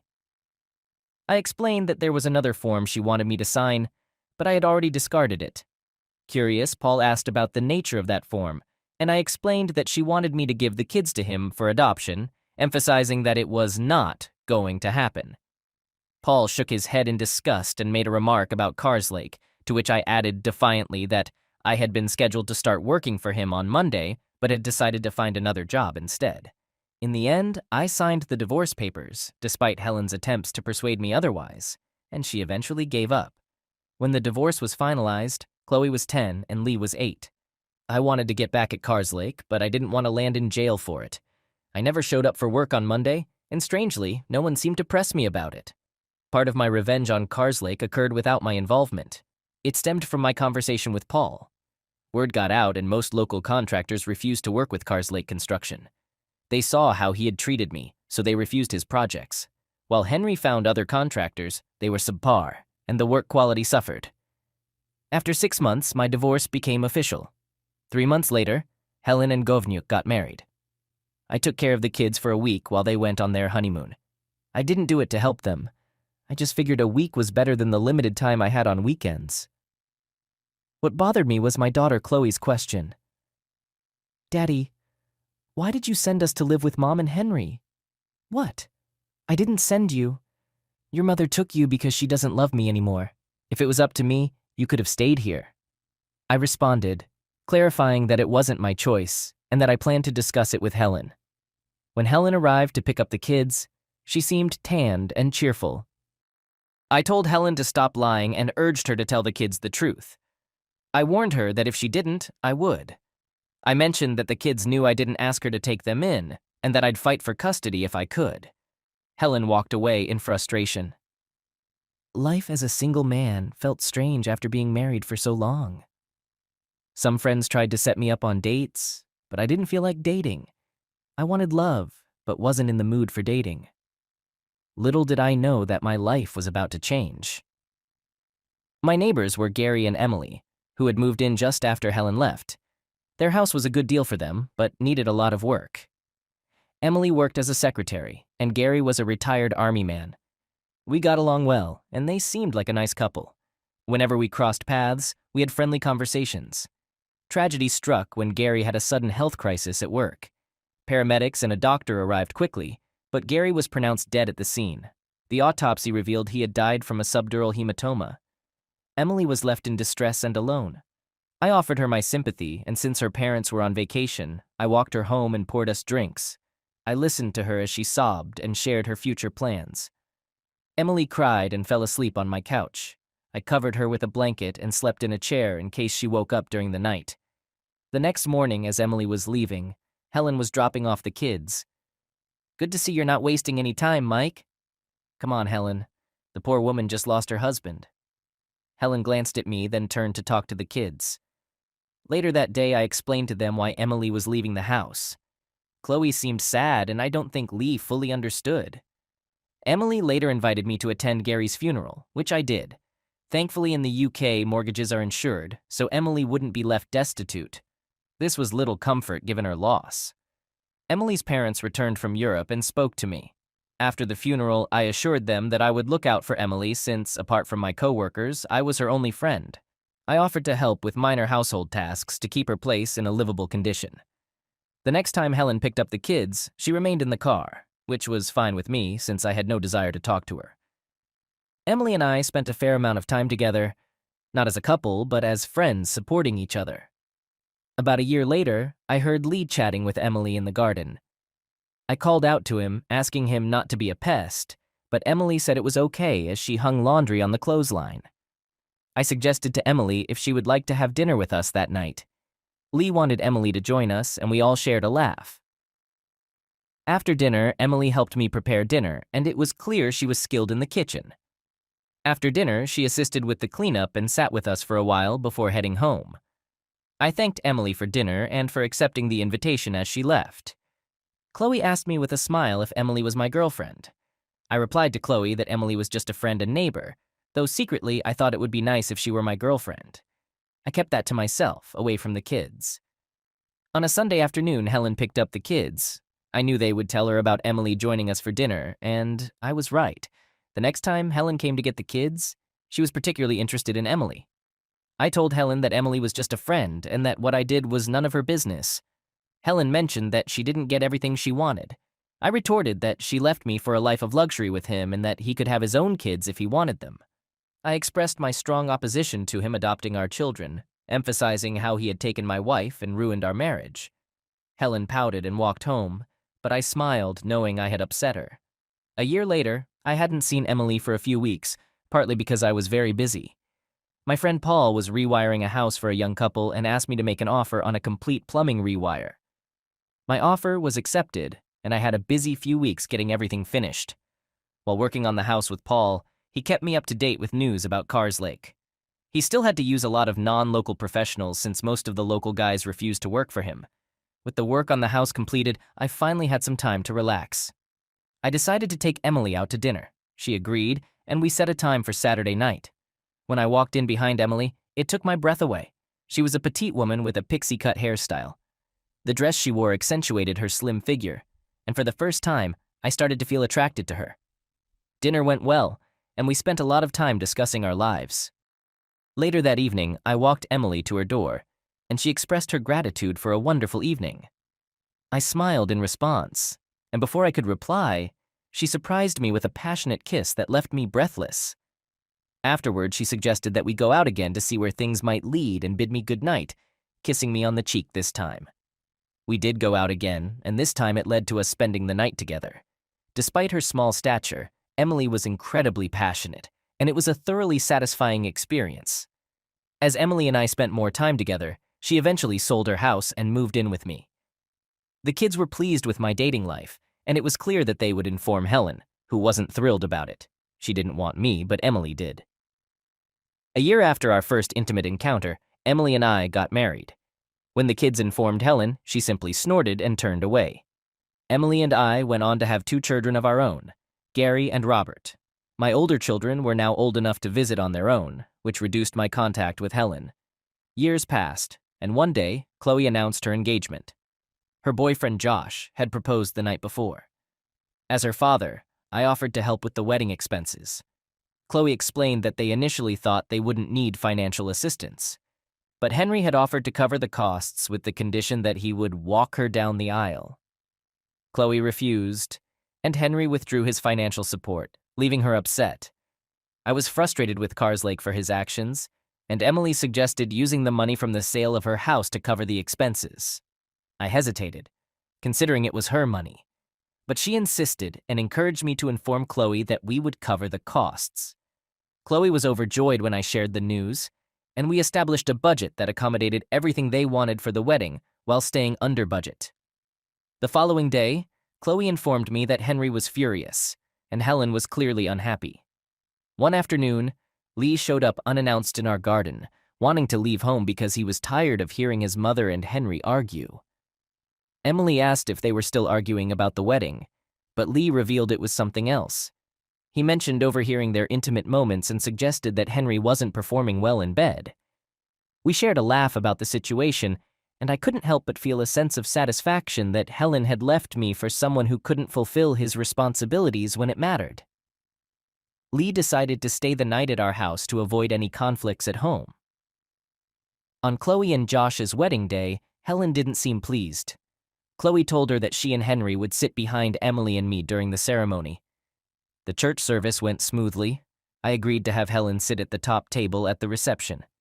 Meanwhile, Henry sat with Emily, Robert, Gary, and Lee.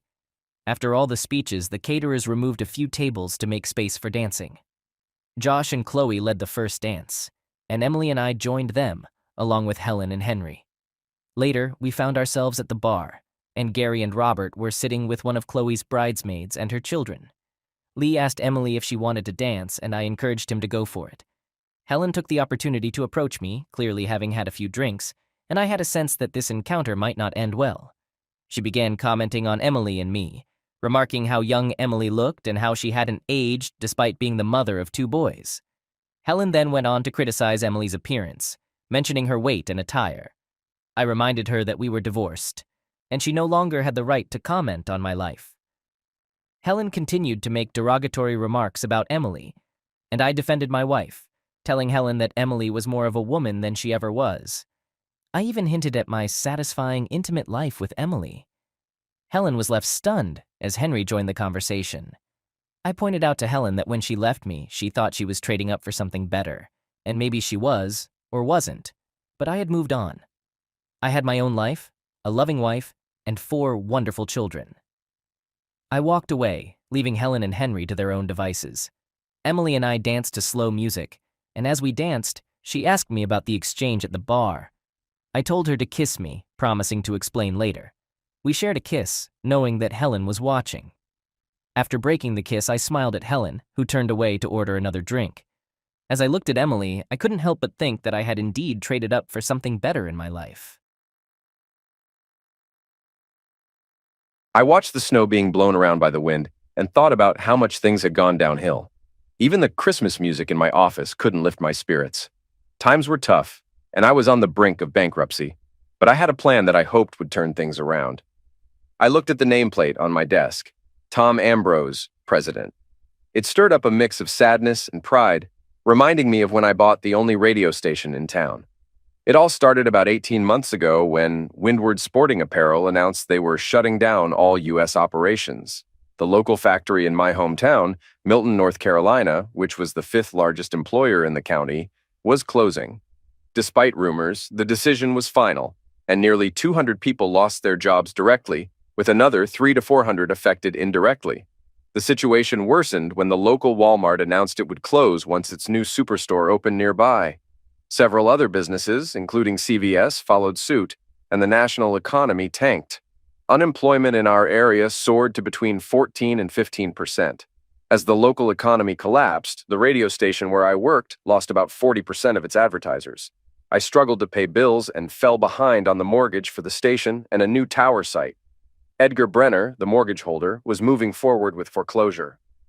I owed $37,000, and if I couldn't catch up, I would lose the land and all the money invested. Now it felt like all I did was juggle bills to keep from falling further behind. Owning a radio station had always been my dream. My passion for radio began in second grade, watching the warm glow of the tube radio in the kitchen while my mom listened to WNEW in New York. William B. Williams's friendly talk and soft music made me envious of his warm studio, especially on cold mornings when I walked to school. By high school, my love for radio had turned into an obsession. I did the morning announcements and handled audio-visual aids for the school. I worked part-time during the school year and full-time in the summer, saving for my own radio station. Despite the challenges and advice to cut my losses, I refused to give up. I pursued a business degree with a state scholarship and my parents' support, knowing it would help when I finally owned a station. As soon as my parents left me in my dorm room freshman year, I sought out the college radio station and quickly signed up as a volunteer. By senior year, I was the station's manager, earning $500 a month. The only drawback was dealing with Chad Duncan III, the school newspaper editor, and an insufferable snob who boasted about his wealthy family's media empire. Chad and I clashed often, especially during budget meetings. I started attending these meetings as a sophomore and became deeply involved when I was appointed manager. Chad's ego grew as he became editor, and our first major conflict occurred when I submitted my budget for new equipment for the aging radio station. Chad, meanwhile, sought a budget increase for new computers and furniture for the newspaper, despite their recent shift to digital and reduced printing costs. When the budgets were approved, the radio station received a $40,000 increase, while the newspaper's budget was cut by $25,000. Chad was furious, and his resentment toward the radio station, and especially me, only grew. Since freshman year, Chad Duncan III had a girlfriend, Amanda Edwards, who was cute but not stunning. Chad broke up with her halfway through senior year, which devastated Amanda, a columnist and interior design major. She started working at the radio station, where I hired her as a roving reporter and editorial writer. Chad was furious about this and intensified his attacks on the station through the school newspaper. In retaliation, Chad complained to the college president, claiming we were misusing our budget on pizza and beer. Although we did have pizza and beer parties, we paid for them ourselves. I defended the station with receipts, and no action was taken against us. Despite my attempt to resolve the feud, Chad saw it as weakness and escalated his attacks. We eventually got our revenge with the help of computer science major Billy Williams. Billy figured out how to intercept and replace the newspaper's digital files with our own edited versions. We filled the paper with nonsense stories, limericks, incomplete sports scores, and silly editorials demanding things like nap time and beer from drinking fountains. When Chad saw the altered paper, he was furious. His staff found it hilarious, which only made him angrier. The campus loved the prank, but Chad was determined to find out who was behind it.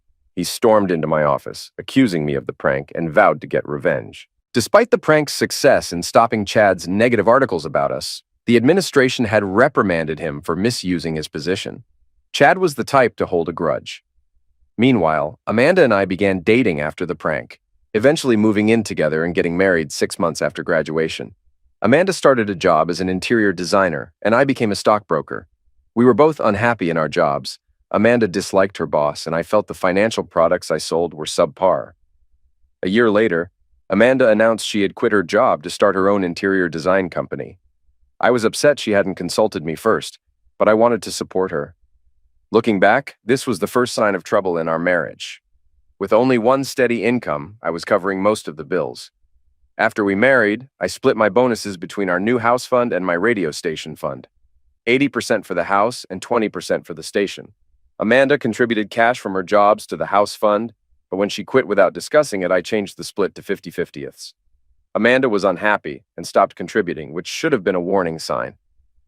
About a year later, my job offered me a chance to open a new office in Greenville, North Carolina. Amanda, facing challenges with her business in our current location, was excited about the move. The transition was smooth, and Amanda's business grew, though not as much as when she worked for a larger company. I received bonuses for opening and making the office profitable, but I still disliked the job. We settled into a rented house and explored nearby small towns on weekends. Amanda hunted for furniture and accessories while I searched for antique radios, including one like the model my mother used. On one of our day trips, Amanda and I visited Milton. After exploring the antique stores and having lunch, we wandered into a residential area. Amanda, captivated by the variety of houses, insisted we check out a 2-story colonial house with a for sale sign. It was an open house that day, so we went inside. While Amanda toured the house a second time, I noticed a radio station across the field behind it. The sign read, WJTW, 1590 AM, your hometown radio station, though the lettering was faded. I went to the station and met Mrs. Sylvia Porter, who was startled because she thought she had locked the door. She owned both the house and the station. Her husband had expanded the station years ago and built the colonial house for their family. After her husband's death 2 years ago, Mrs. Porter struggled to keep the station running and had turned it off 5 months prior. She was planning to sell the land, as the station's license was up for renewal and she wouldn't renew it. During my conversation with Mrs. Porter, it became clear she wanted to move to Florida to be near her daughters. She was frustrated because no offers had been made on the station, and the last 2 offers on the house had fallen through due to financing issues. She was reconsidering her decision not to finance the sale herself. I became very interested in buying the radio station. When I told Mrs. Porter I was keen but short on funds, she offered to hold a mortgage for me. Excited, I rejoined Amanda, who had fallen in love with the house and wanted to make an offer. I suggested we bid on both properties. Amanda initially wanted to use our funds solely for the house, as it needed repairs. However, I convinced her that buying both properties together would give us a better deal. By the end of our discussion, Amanda agreed. We made an offer of $200,000 for the house and $100,000 for the station, which was valued at $75,000. Mrs. Porter accepted and agreed to finance both sales, 4% for the house and 7% for the station. We signed the papers that day.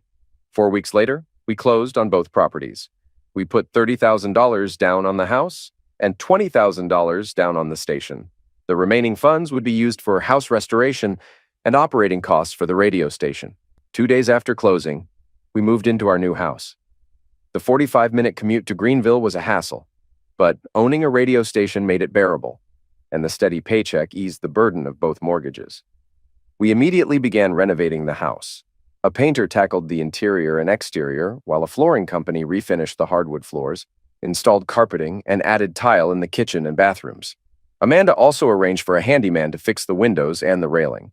For the radio station, I hired Scott Wainwright, Mrs. Porter's former engineer, to assess our needs. His report detailed necessary upgrades, including a new automation system, which cost nearly $4,000 but promised to streamline operations. I programmed the station with a mix of hits from the 60s, 70s, 80s, and country classics, which proved popular with listeners. Scott also revealed that Fred Porter had previously planned to move the station's tower closer to Greenville, a move that would enhance the signal. Fred had secured FCC approval, but the application was about to expire. I renewed the application but put the project on hold due to the $125,000 cost for construction and new land, which I couldn't afford. I took a week off to help with house repairs and set up the new automation system at the radio station. After loading the music and adding station identifications, I turned the station back on. The response was great, and within 2 days, my first advertiser, Herb Canner from the local funeral home, signed up. Over the next 18 months, 2 issues loomed over my happiness. I still disliked my job and the long commute, and Amanda couldn't have children. She was indifferent about this and refused to consider adoption, which I missed as another red flag. I decided to quit my job in Greenville, but Amanda was upset since her interior design business wasn't thriving as expected. To convince her, I created a spreadsheet showing that quitting would not harm our lifestyle. I demonstrated that the radio station's income could cover nearly all our expenses, with a small $1,000 shortfall that I would make up by selling more ads. To sweeten the deal, I offered to advertise Amanda's business for free on the station. She liked the idea, especially voicing her own ads. This plan was part of my strategy to attract new advertisers. I visited local businesses, gave them small promotional items, and explained the benefits of radio advertising, encouraging them to record their own ads to create a personal connection with potential customers. For the next 3 years, I was living my dream with a loving wife and a successful radio station. But despite this high point, my life took a turn for the worse, and I faced losing everything.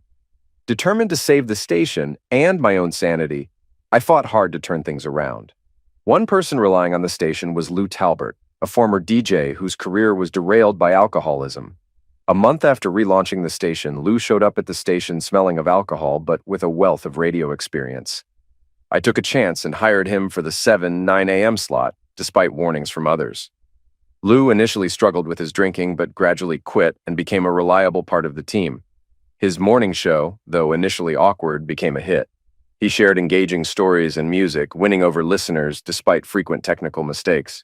Another person who came to the station was Jimmy, a young man with red hair and an unkempt appearance. He came from a troubled background. His father had left, and his mother struggled with alcoholism while raising 4 children. I asked the boy what I could do for him, and he looked panicked, saying he'd leave. I stopped him and asked his name. He told me it was Jimmy Saunders. I offered him a tour of the station, and he was thrilled, clearly overwhelmed by the opportunity. He reminded me of myself at his age, mesmerized by the radio world. He seemed completely captivated as we moved from room to room. When the tour ended, Jimmy was reluctant to leave, so I suggested he could do some volunteer work at the station. His face lit up and he eagerly agreed. I gave him 2 WJTW t-shirts, which he clutched tightly, valuing them immensely. However, I mentioned he'd need to shower before coming in. His joy turned to panic as he explained they had no running water at home and couldn't use the high school locker room anymore. I reassured him that he could shower at the station if he brought clean clothes. That's how Jimmy started working for me. Initially, he just cleaned the station, but I soon taught him how to use the production equipment. He picked it up quickly and began producing commercials, earning $100 a week, which he used to support his siblings. After 3 months, I gave him an evening on-air shift. His show, which featured high school events and continued to play our music, became popular. With the show's success, Jimmy's standing in school improved, and he was no longer seen as an outcast. I taught Jimmy how to handle equipment at football games and eventually hired him for the afternoon drive time show. 2 years later, he was up for a DJ job in a bigger market. Jimmy also solved a big issue with broadcasting high school football games. With 5 high schools each wanting their games aired, he suggested we broadcast 2 games per school and hire students to record the other games. We'd then create a Saturday morning sports show combining highlights from all the games. This approach was a hit and resolved the issue. 2 years after buying the station, I found a 10-acre plot for the new tower. It was marshy land owned by Edgar Brenner, who demanded $8,000 per acre, well above its value. Despite trying to negotiate for just 5 acres, Brenner insisted on selling all 10 and offered only a high-interest 5-year mortgage. With no better options and the station able to handle the mortgage, I bought the land under his terms. About 6 months after buying the land, I needed a part-time bookkeeper to handle the books, answer phones, and manage bills. I wanted someone for 20 hours a week, paying around $200. I advertised but got no responses. Just as I was about to give up and wait until I could afford a full-time employee, a young woman knocked on my door one morning. She looked nervous and reminded me of Jimmy. She asked if the job was still available, holding up the ad from the paper. I invited her in. She was in her 20s, about 5'3", with light brown hair and a ponytail. Her clothes were wrinkled and her shoes were worn, but she had a pretty face and a shy smile. I introduced myself and asked her about her experience. She didn't have a resume and seemed worried when I asked. She had no bookkeeping experience, but knew how to use a word processor. She didn't know how to use a spreadsheet, which made me think she might not be right for the job. Then, a small child's voice called out. Tracy, the young woman, quickly got up and apologized, saying it was her daughter. I told her to bring the child in. The little girl, around 3 or 4, had blonde hair with a pink bow and a lollipop-stained smile. She held her mother's hand and sucked her thumb.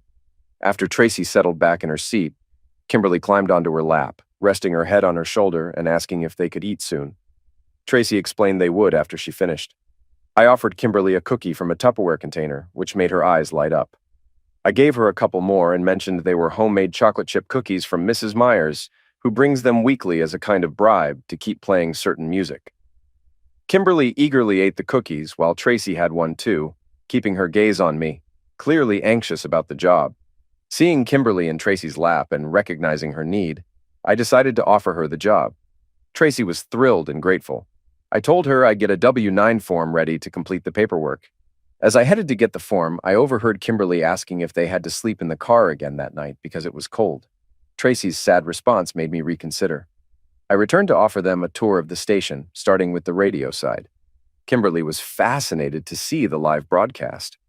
I saved the residential part of the tour for last, explaining that the previous owners had lived in the building while raising their kids until they moved to a new house, which my wife and I later bought along with the station.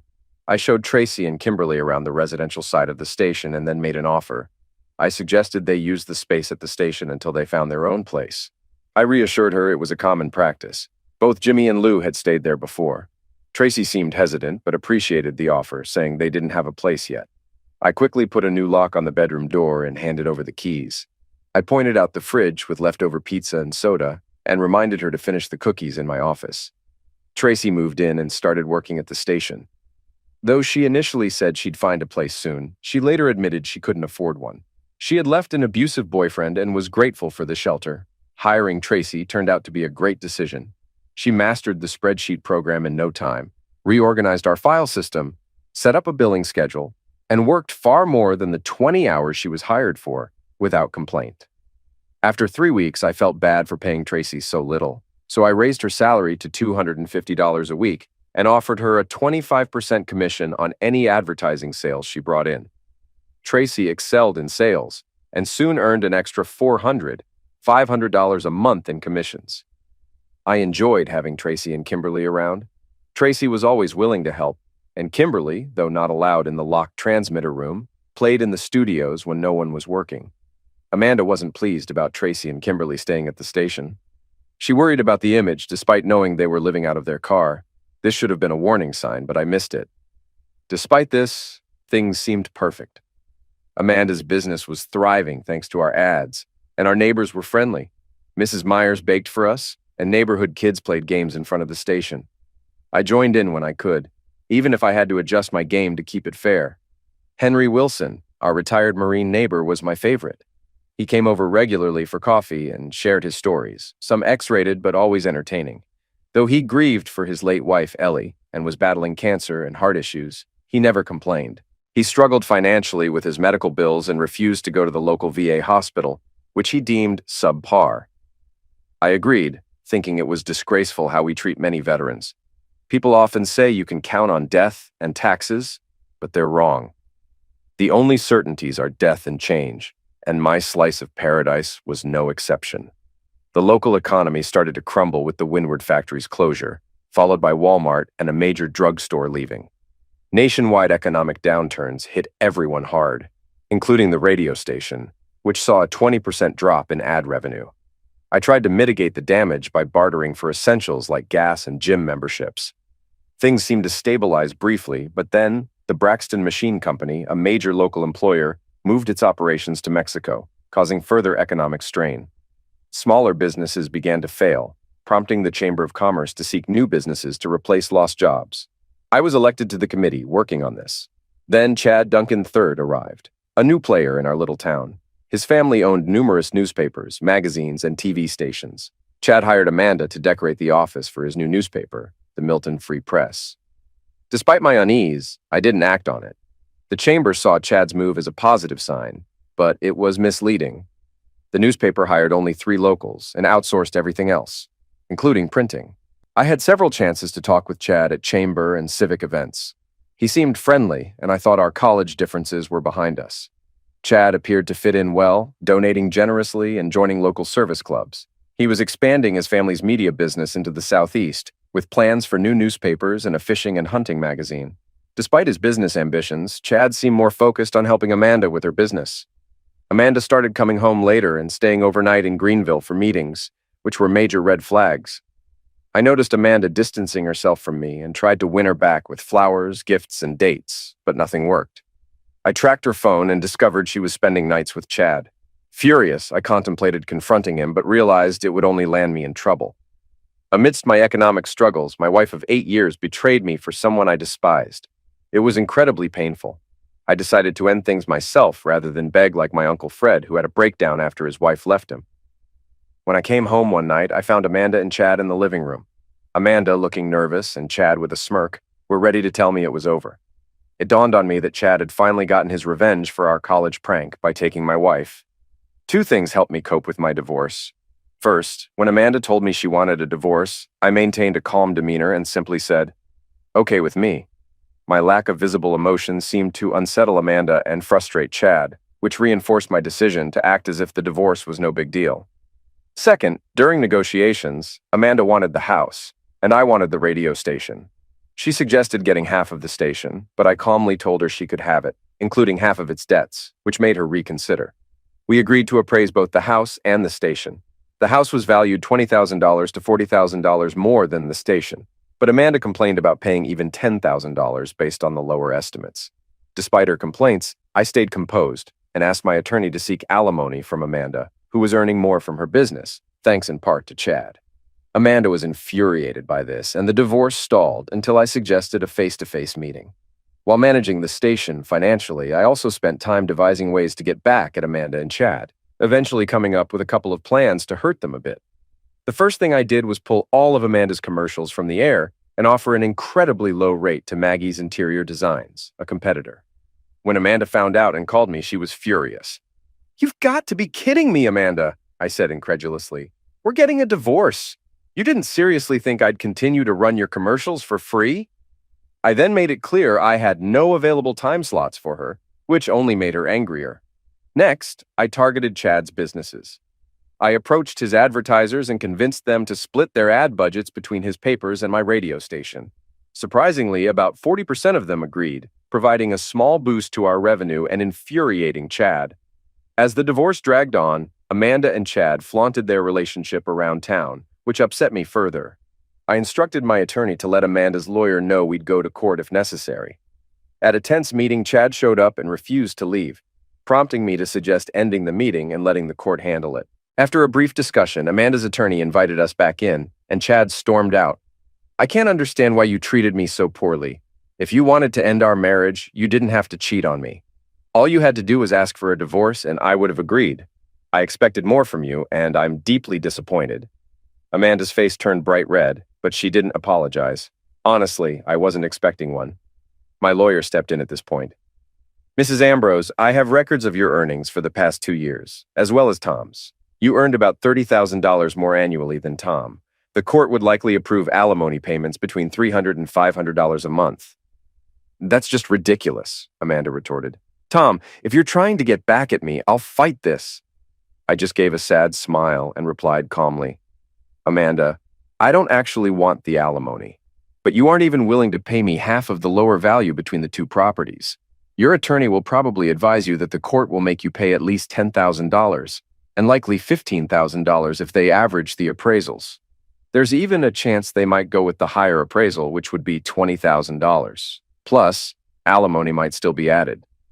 So why don't we settle on $15,000, and I'll waive the alimony?"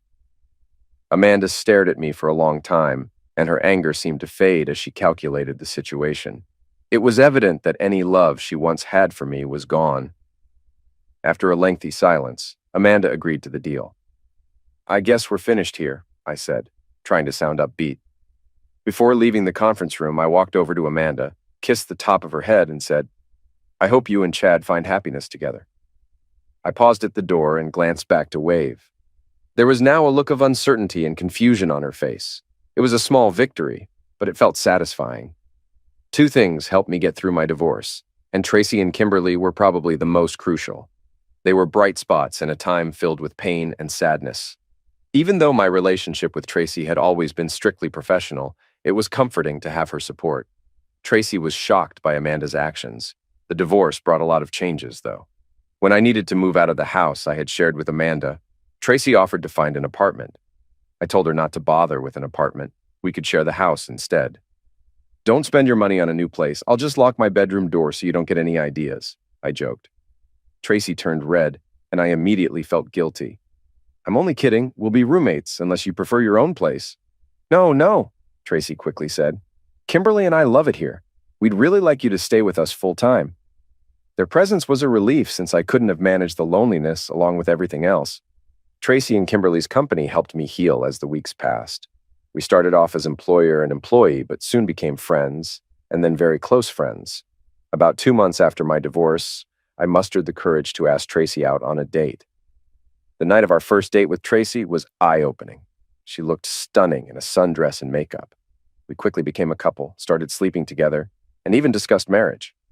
Amanda and Chad were fading into the past. But then, Tracy and Kimberly disappeared, and it was my fault. It all started with my family's china, which I'd inherited but never used. Amanda had asked for it, and I agreed, not realizing it would upset Tracy. She felt I was still letting Amanda have her way, and our argument escalated. The next morning, Tracy and Kimberly were gone. I was devastated, but had to focus on a crucial presentation that night. We'd spent months trying to attract new businesses to Milton. Then, I read that Sterling Pharmaceuticals was moving some manufacturing back to the U.S. They were considering North Carolina, Oregon, and California. Oregon was out due to unrest, and California due to high taxes and regulations, leaving North Carolina as the top choice. Our committee had worked hard on our proposal, and Milton was a finalist. We had a promising site with a 400-acre industrial park, close to the interstate, and with a rail spur. Everything now depended on our presentation in Asheville that night. I was chosen to give the presentation to Sterling Pharmaceuticals. We had everything ready on 6 thumb drives, with mine containing the visuals. If Sterling picked our location, it would bring hundreds of construction jobs and 250 permanent positions. Abbott Medical Supply also showed interest in our area if Sterling chose us. The presentation was scheduled for 7 p.m. in Asheville, and I was preparing tax forms at 2:15 p.m. when I noticed an unusual silence on the radio. I rushed to the studio and found the music was being transmitted, but the main transmitter had shut down. Jimmy offered to switch to the backup transmitter while I investigated the main one. The backup, though operational, was old and prone to overheating. I asked Jimmy to contact our engineer, Scott. 10 minutes later, Jimmy returned with Scott on the line. Scott, working 3 towns away, said he couldn't come immediately, but would come the next day if needed. He advised opening a window in the transmitter room to cool it and removing the back of the transmitter. With a blizzard coming, he suggested closing the window later and turning the thermostat down to 55 degrees to prevent overheating. I instructed Jimmy to close the window and lower the heat before he left. I also asked him to check on Henry across the street, who was having trouble shoveling snow. Jimmy agreed and reminded me to get on the road quickly due to the storm. As I drove toward Asheville, snow began to fall heavily, reducing visibility and making me anxious about being late. I decided to take a mountain road that, while risky in winter, would cut about 40 miles off my trip. My phone rang just as I was deciding whether to take the mountain road. It was Stan Willard, the mayor and chamber president, who was panicked because he'd forgotten his thumb drive, and Anne couldn't come due to a family emergency. He insisted it was crucial that I make it to the presentation, as Sterling Pharmaceuticals was likely to choose our location. Reassured that I was still an hour away and confident in my snow tires, I took the mountain road. The snow and wind were manageable, but then an animal crossed my path. I swerved to avoid it, causing my car to skid and flip. The car rolled 3 times, hitting at least one tree before I lost consciousness. When I woke up, the car was upside down and partially crushed. I felt severe pain in my right leg, could move my arms and left leg, but my right foot was stuck. My driver's side window was shattered, and blood covered my face. I felt woozy and nauseous. I managed to pull out my phone and dial 911, but I had no service and a nearly dead battery. It hit me hard. I wouldn't make the presentation and had lost my chance to save the radio station. Trapped and freezing, I felt despair as I thought about letting everyone down. As I lay in the wrecked car, going in and out of consciousness, I realized how much I'd failed. I was cold, in pain, and coughing up blood. Just when I felt ready to give up, I heard someone approaching. It was Henry.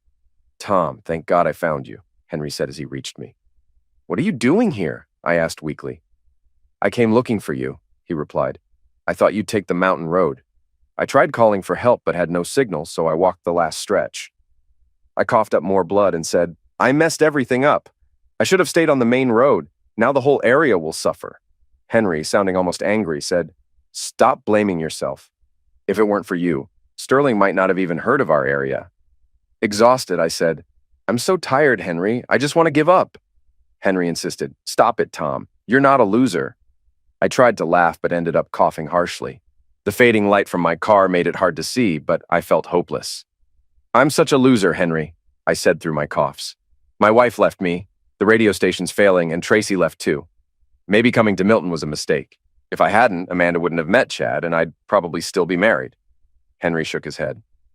"You can't really believe that." "I do," I replied. "Everything would be better if I hadn't come here. But it looks like I won't make it out alive. I'm so cold and in so much pain." Henry, with tears in his eyes, said firmly, "I don't buy that. If you hadn't come to Milton, I wouldn't have met you. You've been one of the best things for our town." I was shocked by his emotion. "You've been kind, Henry, but even my own father didn't think much of me. I'm a screw-up and I'm too tired to care." Henry insisted, "You're wrong. I'm going to prove it. But right now we need to keep you alive. Don't bother. I'm not worth it." Bullcrap. Henry cleared a space around the window by sweeping away the snow, exposing some dry leaves, twigs, and sticks. He used old gas receipts and crumpled leaves as kindling, arranging the sticks on top. Using a lighter given to him by his wife, he started a fire. As the fire began to burn, it warmed my face, though my body throbbed with pain. Henry continued to feed the fire, and while it provided some warmth, I stared at the flames, lost in thought about my life's failures. I don't know if I fell asleep or passed out, but I had a haunting dream. I was outside the house Amanda and I rented in Greenville, with a young man I didn't recognize. "This is where I used to live," I said. "Yes, I know," he replied. I saw a new Mercedes in the driveway, and Amanda, dressed in a revealing nightie, kissing a man. Amanda said to him, "Tom will be home soon, so I need to get cleaned up. He's in line for a promotion, and once he gets it, I'll file for divorce." I was stunned and began yelling at my wife. "Get your cheating ass out of my house!" Neither of them even glanced my way. Apparently, they couldn't hear me. "They can't hear you," the young man said. "You once mentioned that if you hadn't come to Milton, you'd still be married to Amanda." "Well, you were right about that. You're still married to her. Is this the perfect marriage you envisioned?" I started up the driveway, wanting to do some damage to the guy sleeping with my wife. I had never hit a woman before, but I was seriously considering making an exception for Amanda. Just as I was about to take another step, the scene shifted. When the image refocused, I found myself standing in the snow outside a rundown trailer, with the young man still beside me. A police car and an ambulance were parked out front with their lights flashing. I recognized the trailer park, but noticed it was much more dilapidated than I remembered from my last visit. Another police car arrived, and an officer got out. The newly arrived officer asked about the scene, and Fred explained it was an overdose case involving a young man named Sunders. They described him as a troublemaker with a history of criminal behavior. I cried out, "No, it can't be Jimmy." I had helped him graduate high school and made his ceremony special, but the young man with me said that didn't happen because I never moved to Milton. The officers then mentioned Lou Talbot, found dead in an alley with a bottle of scotch. I was devastated, knowing Lou had stopped drinking. The young man confirmed Lou hadn't given up drinking because he had no reason to. As I wept, the scene shifted. I found myself on an empty main street in Milton, with many vacant stores. The town was struggling and far from thriving. I struggled to my feet and asked, "What happened?" The economy was bad, but not this bad. The young man explained, "You never moved here. No one knew about Sterling Pharmaceuticals, so they set up elsewhere. Without you, no progress was made. The town has hit rock bottom and will take a long time to recover, if it ever does." In shock, I watched the scene shift. I found myself at an abandoned Walmart where a single car stood in the shadows. It was Tracy's car. As I ran over, I saw Tracy and Kimberly in the back seat, huddled under a thin blanket. I screamed, "Wake up, Tracy! Please wake up!" But they were dead. "This can't be," I cried. "Tracy had a key to the station. She wouldn't have left Kimberly in the cold." The young man said softly, "There is no station because you never came to Milton." Overwhelmed, I collapsed onto the snow-covered parking lot, weeping uncontrollably. When I opened my eyes, I saw Henry tending to the small fire. "How do you feel?" he asked, clearly worried. "Not good," I replied weakly. Henry said he would look for help and instructed me to stay awake. "If you go to sleep, you won't wake up." I watched him climb the embankment until he disappeared from view. The dream had felt so real that my tears had frozen on my cheeks. I was in intense pain and struggling to breathe, but the exhaustion made me want to close my eyes. Despite my effort to stay awake, I could feel myself losing the battle. Just as my eyes closed, I heard voices calling my name. I tried to respond but was too weak. The voices grew louder, and soon an EMT was kneeling in front of me. "Mr. Ambrose, can you hear me?" he shouted. I nodded. The EMT checked my pulse and instructed others to hurry. "He's in bad shape. We need to get him out of here now." While the EMT rubbed my face and hands to warm me, others added wood to the fire. It grew larger, providing more warmth, but I was still extremely tired and in pain, with little warmth reaching my legs. All I wanted was to sleep. I heard a loud buzzing, and the metal of my car groaned as they used the jaws of life to free me. The noise was intense, but eventually they got me out and placed me on a stretcher. In the ambulance, I was barely conscious but felt a surge of self-loathing. Though I had been ready to give up, I vowed to never quit again. I resolved to keep the station running as long as possible, even if it meant being dragged out. Things then became fuzzy. The last thing I heard was, "Get him prepped for surgery, stat." Later, I woke up in darkness, feeling someone holding my hand, but I faded out again. When I next woke, it was daytime, and I was alone. Dr. Anderson, my primary care physician, was beside my bed. He said, "You had 4 broken ribs, 1 punctured a lung, and 3 broken bones in your right foot. Hypothermia was the biggest concern. The fire likely saved your life." "I didn't start the fire," I corrected him. "Henry did." Dr. Anderson looked puzzled. "Henry Wilson? That's not possible. He died of a heart attack yesterday. Jimmy Sunders found him and called 911. "That can't be," I insisted. "Henry found me and started the fire." Dr. Anderson explained, "What you saw was likely a hallucination. You were severely injured, freezing, and your mind defaulted to someone you trusted. It's a common reaction in such extreme situations." I considered the doctor's explanation and accepted it. Made more sense than the idea of a dead man starting a fire for me. A few hours after waking up in ICU, I was moved to a regular room. As my mind cleared, I felt deep sadness, not about the station, but for Henry, Tracy, and Kimberly. Henry, my first real friend in the neighborhood, had become like family. Despite his tough past, including a difficult service in Vietnam and losing his wife Ellie, he remained kind and supportive. I felt honored to have been part of his life. I pushed these thoughts aside and focused on the station's situation. When I called, I was relieved Jimmy answered. He assured me that Scott had fixed the main transmitter and ordered the necessary parts. I wanted to talk more, but had to end the call when Stan entered the room. "Thank God we found you, Tom," Stan said shakily. "We had half the town searching for you. You scared everyone." "I'm sorry for all this and missing the Sterling meeting," I replied. "I shouldn't have taken the mountain road." "Don't worry about it," Stan said, patting my shoulder. I gave part of the presentation and then explained what happened. "I had to leave to help search for you." "I'm sure we'll get a rejection letter soon," I said, feeling even more defeated. "I'm not so sure," Stan said. "Mr. Sterling called this morning to check on you.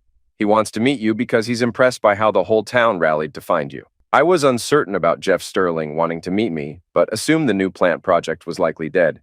"Stan, I have files on 6 other companies interested in expanding or relocating. Please take them and have the committee start working on new proposals." "I'll get the files," Stan said, "but don't worry about anything except getting better. They're planning to discharge you tomorrow." "I'll try not to worry. But yes, they're releasing me tomorrow," I said, showing him my casted foot. "I'll be on crutches for a few weeks. Let me know if you need anything," Stan said before leaving. A little later, Tracy appeared at my doorway. My heart lifted. "Can I come in?" she asked, her smile uncertain. "Yes, please," I said, opening my arms. "I'm so happy to see you. I'm sorry I caused you to leave. I'm not keeping Amanda's dishes." Tracy hugged me tightly and silenced me with her hand. "It wasn't about the dishes. I was just jealous and thought you still had feelings for Amanda." "I don't care about Amanda anymore," I reassured her. "Time has healed my heart. I realized I was never her true love and she never really got over Chad." "But you don't just stop loving someone," Tracy said quietly. "I was afraid you were still in love with her because she's beautiful and I felt plain." "Stop that," I said. "You're beautiful too and you have nothing to worry about. I don't love or hate Amanda anymore. I've found someone much better." I kissed her, and she responded passionately. Holding me close, she whispered, "I love you so much." As Tracy sat by my bed, Kimberly peeked around the doorway. "Is it time yet, Mommy?" "Yes, you can come in," Tracy said. "Is Mr. Tom still mad at us?" Kimberly asked anxiously. "No, Mr. Tom was never mad at you," I assured her. "In fact, I love both of you." Kimberly beamed and rushed toward me, but Tracy caught her just in time. The next day, Jimmy drove me back to the station. Tracy had cleared a path for me to navigate on crutches. While I was recovering physically, the station and my finances were in serious trouble. I was behind on bills, facing foreclosure on the new tower's land, and near losing electricity. My staff had agreed to half pay, but I struggled to meet that. Tracy refused any payment and was economizing everywhere. She extended printer cartridges, made notepads from used paper, refilled old water bottles, bought food from the dollar store, and found a thrift coat for Kimberly. Meanwhile, she was also out searching for new advertisers. I was deeply moved when Kimberly came to my office with her piggy bank, offering it to help pay the bills. I kissed her, thanked her, and told her to save it for something nice for her mother. I felt completely overwhelmed and lost, but the one thing I held on to was Tracy and Kimberly.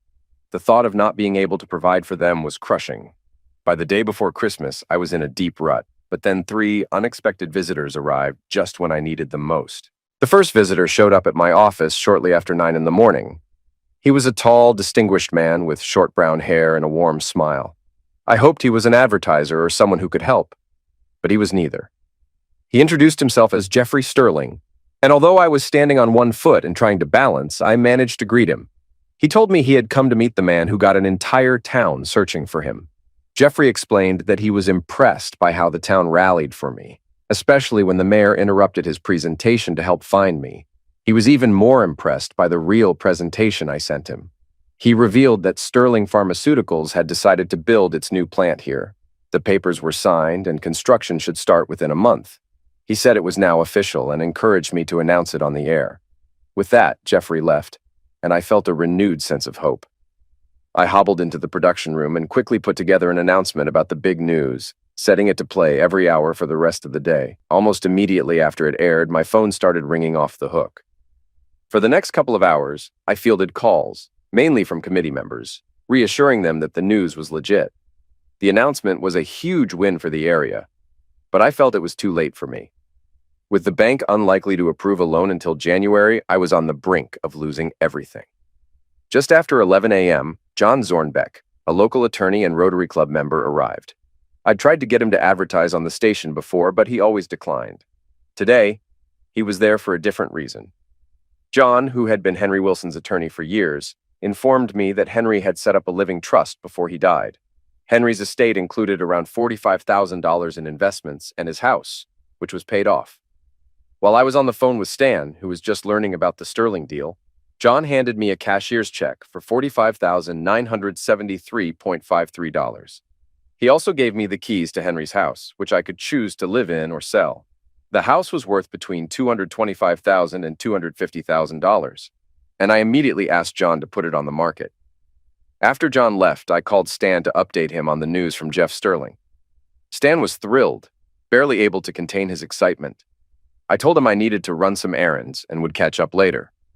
As I looked at the cashier's check, I felt overwhelmed by Henry's generosity and love. It made me think back to the dream I had while trapped in my car, and I was convinced it was Henry's influence that pulled me through. I called for Tracy, who rushed in with Kimberly, both worried. I showed them the check and explained that Henry had left everything to me. John had cashed in his investments and given me the check. We needed to deposit it and pay our most urgent bills, and I wanted to apply for a short-term line of credit. Running errands that day felt incredibly satisfying. With Tracy's help, we prioritized paying the electric and gas bills along with back pay, totaling about $4,500. At the bank, Sly Albert helped us calculate the payoff for the land, leaving us with just under $1,400.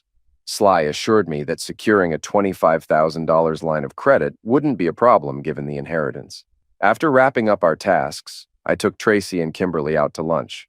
Tracy hesitated, worried about spending money, but I insisted. We'd settled our critical bills and arranged for a short-term loan, plus we could expect around $200,000 from selling Henry's house. Kimberly was thrilled when I took them to IHOP, her favorite place. Back home, Tracy and I decided to explore Henry's house. I'd been there before, but never really looked through his closets or cellar. The house was typical for a bachelor: clean but wrinkled clothes, a fridge full of frozen dinners, and a closet of Christmas decorations Henry had stopped using in the past 2 years due to his health. One of the bedrooms was locked, but I had the key and was surprised to find a tool collection inside. About 30 tools, including 5 valuable antiques. I sold the antiques for nearly $10,000 and kept a Glock 40mm, selling the rest for $12,000. During our visit to Henry's house, Billy Richards, the EMT who had first found me, showed up.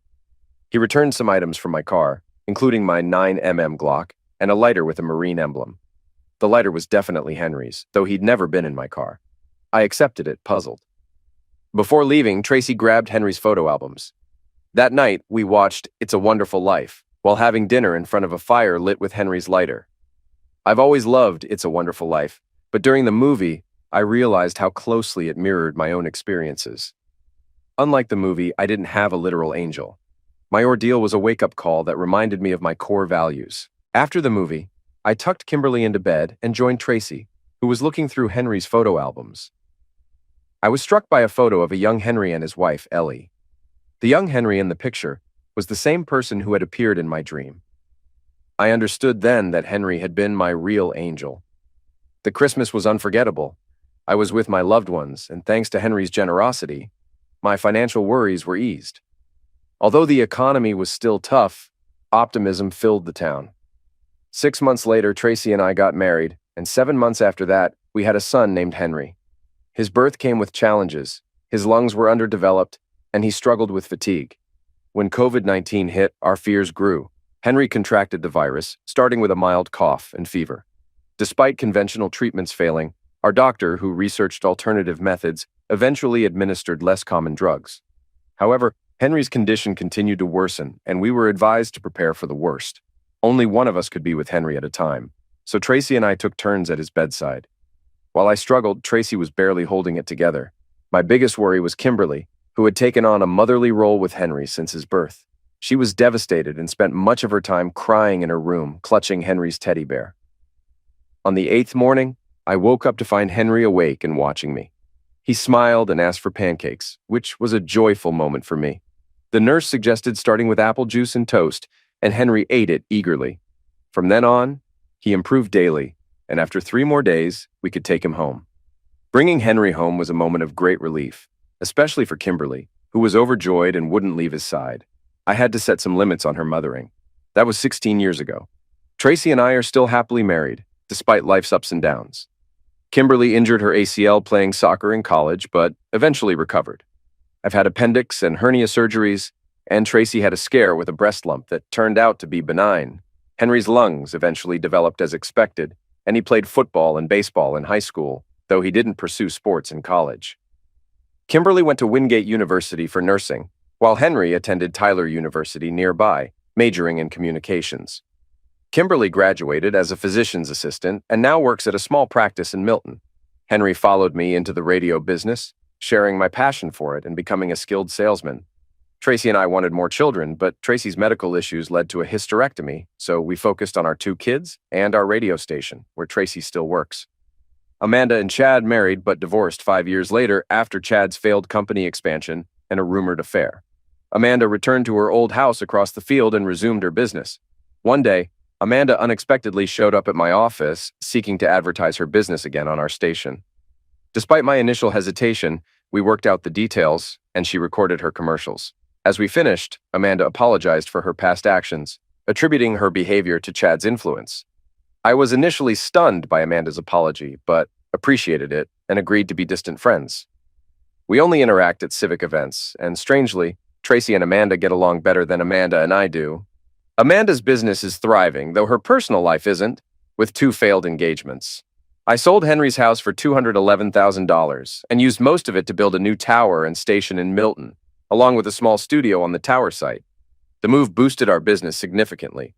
Lou still works at the station and has been sober for years, now happily dating someone. Jimmy moved to a larger station in Charlotte, where he's a top performer. He's engaged to a local girl and plans to marry in August. Although Jimmy can't visit Milton regularly anymore, he occasionally drops by incognito, and everyone knows it's him. Chad, who had always been arrogant and vindictive, tried to get back at me after Amanda and I married. He convinced his parents to buy an FM station in Greenville, overpaying by $200,000. His lack of business acumen led to its failure, and when his parents decided to sell, the station was in poor shape. I bought it for $395,000, moved its FM antenna to our new AM location to boost power, and Henry managed to make it break even. Many of Chad's newspapers failed, but the one in Milton is still running under new ownership. The new owners and I have a successful advertising partnership. Chad is rumored to be working at a newspaper in Maine, but his brother Michael will now run TriStar, as Chad's father has retired. It's Christmas again, and we watch It's a Wonderful Life every year in front of the fireplace, lit with Henry's old lighter. I'm grateful for Henry's protection and want to share a final story. After recovering from COVID, Henry told me he dreamed of walking toward a bright light, but was stopped by a soldier who let him back, saying they'd see us all again someday. I've shared that story just a few times, and naturally, only my family really believes it. Whether others believe it or not doesn't matter to me. Ever since my car accident, I've felt that Henry has been watching over me like a guardian angel, and I'm grateful to have been his friend. Happy holidays, and as Tiny Tim remarked, bless us all.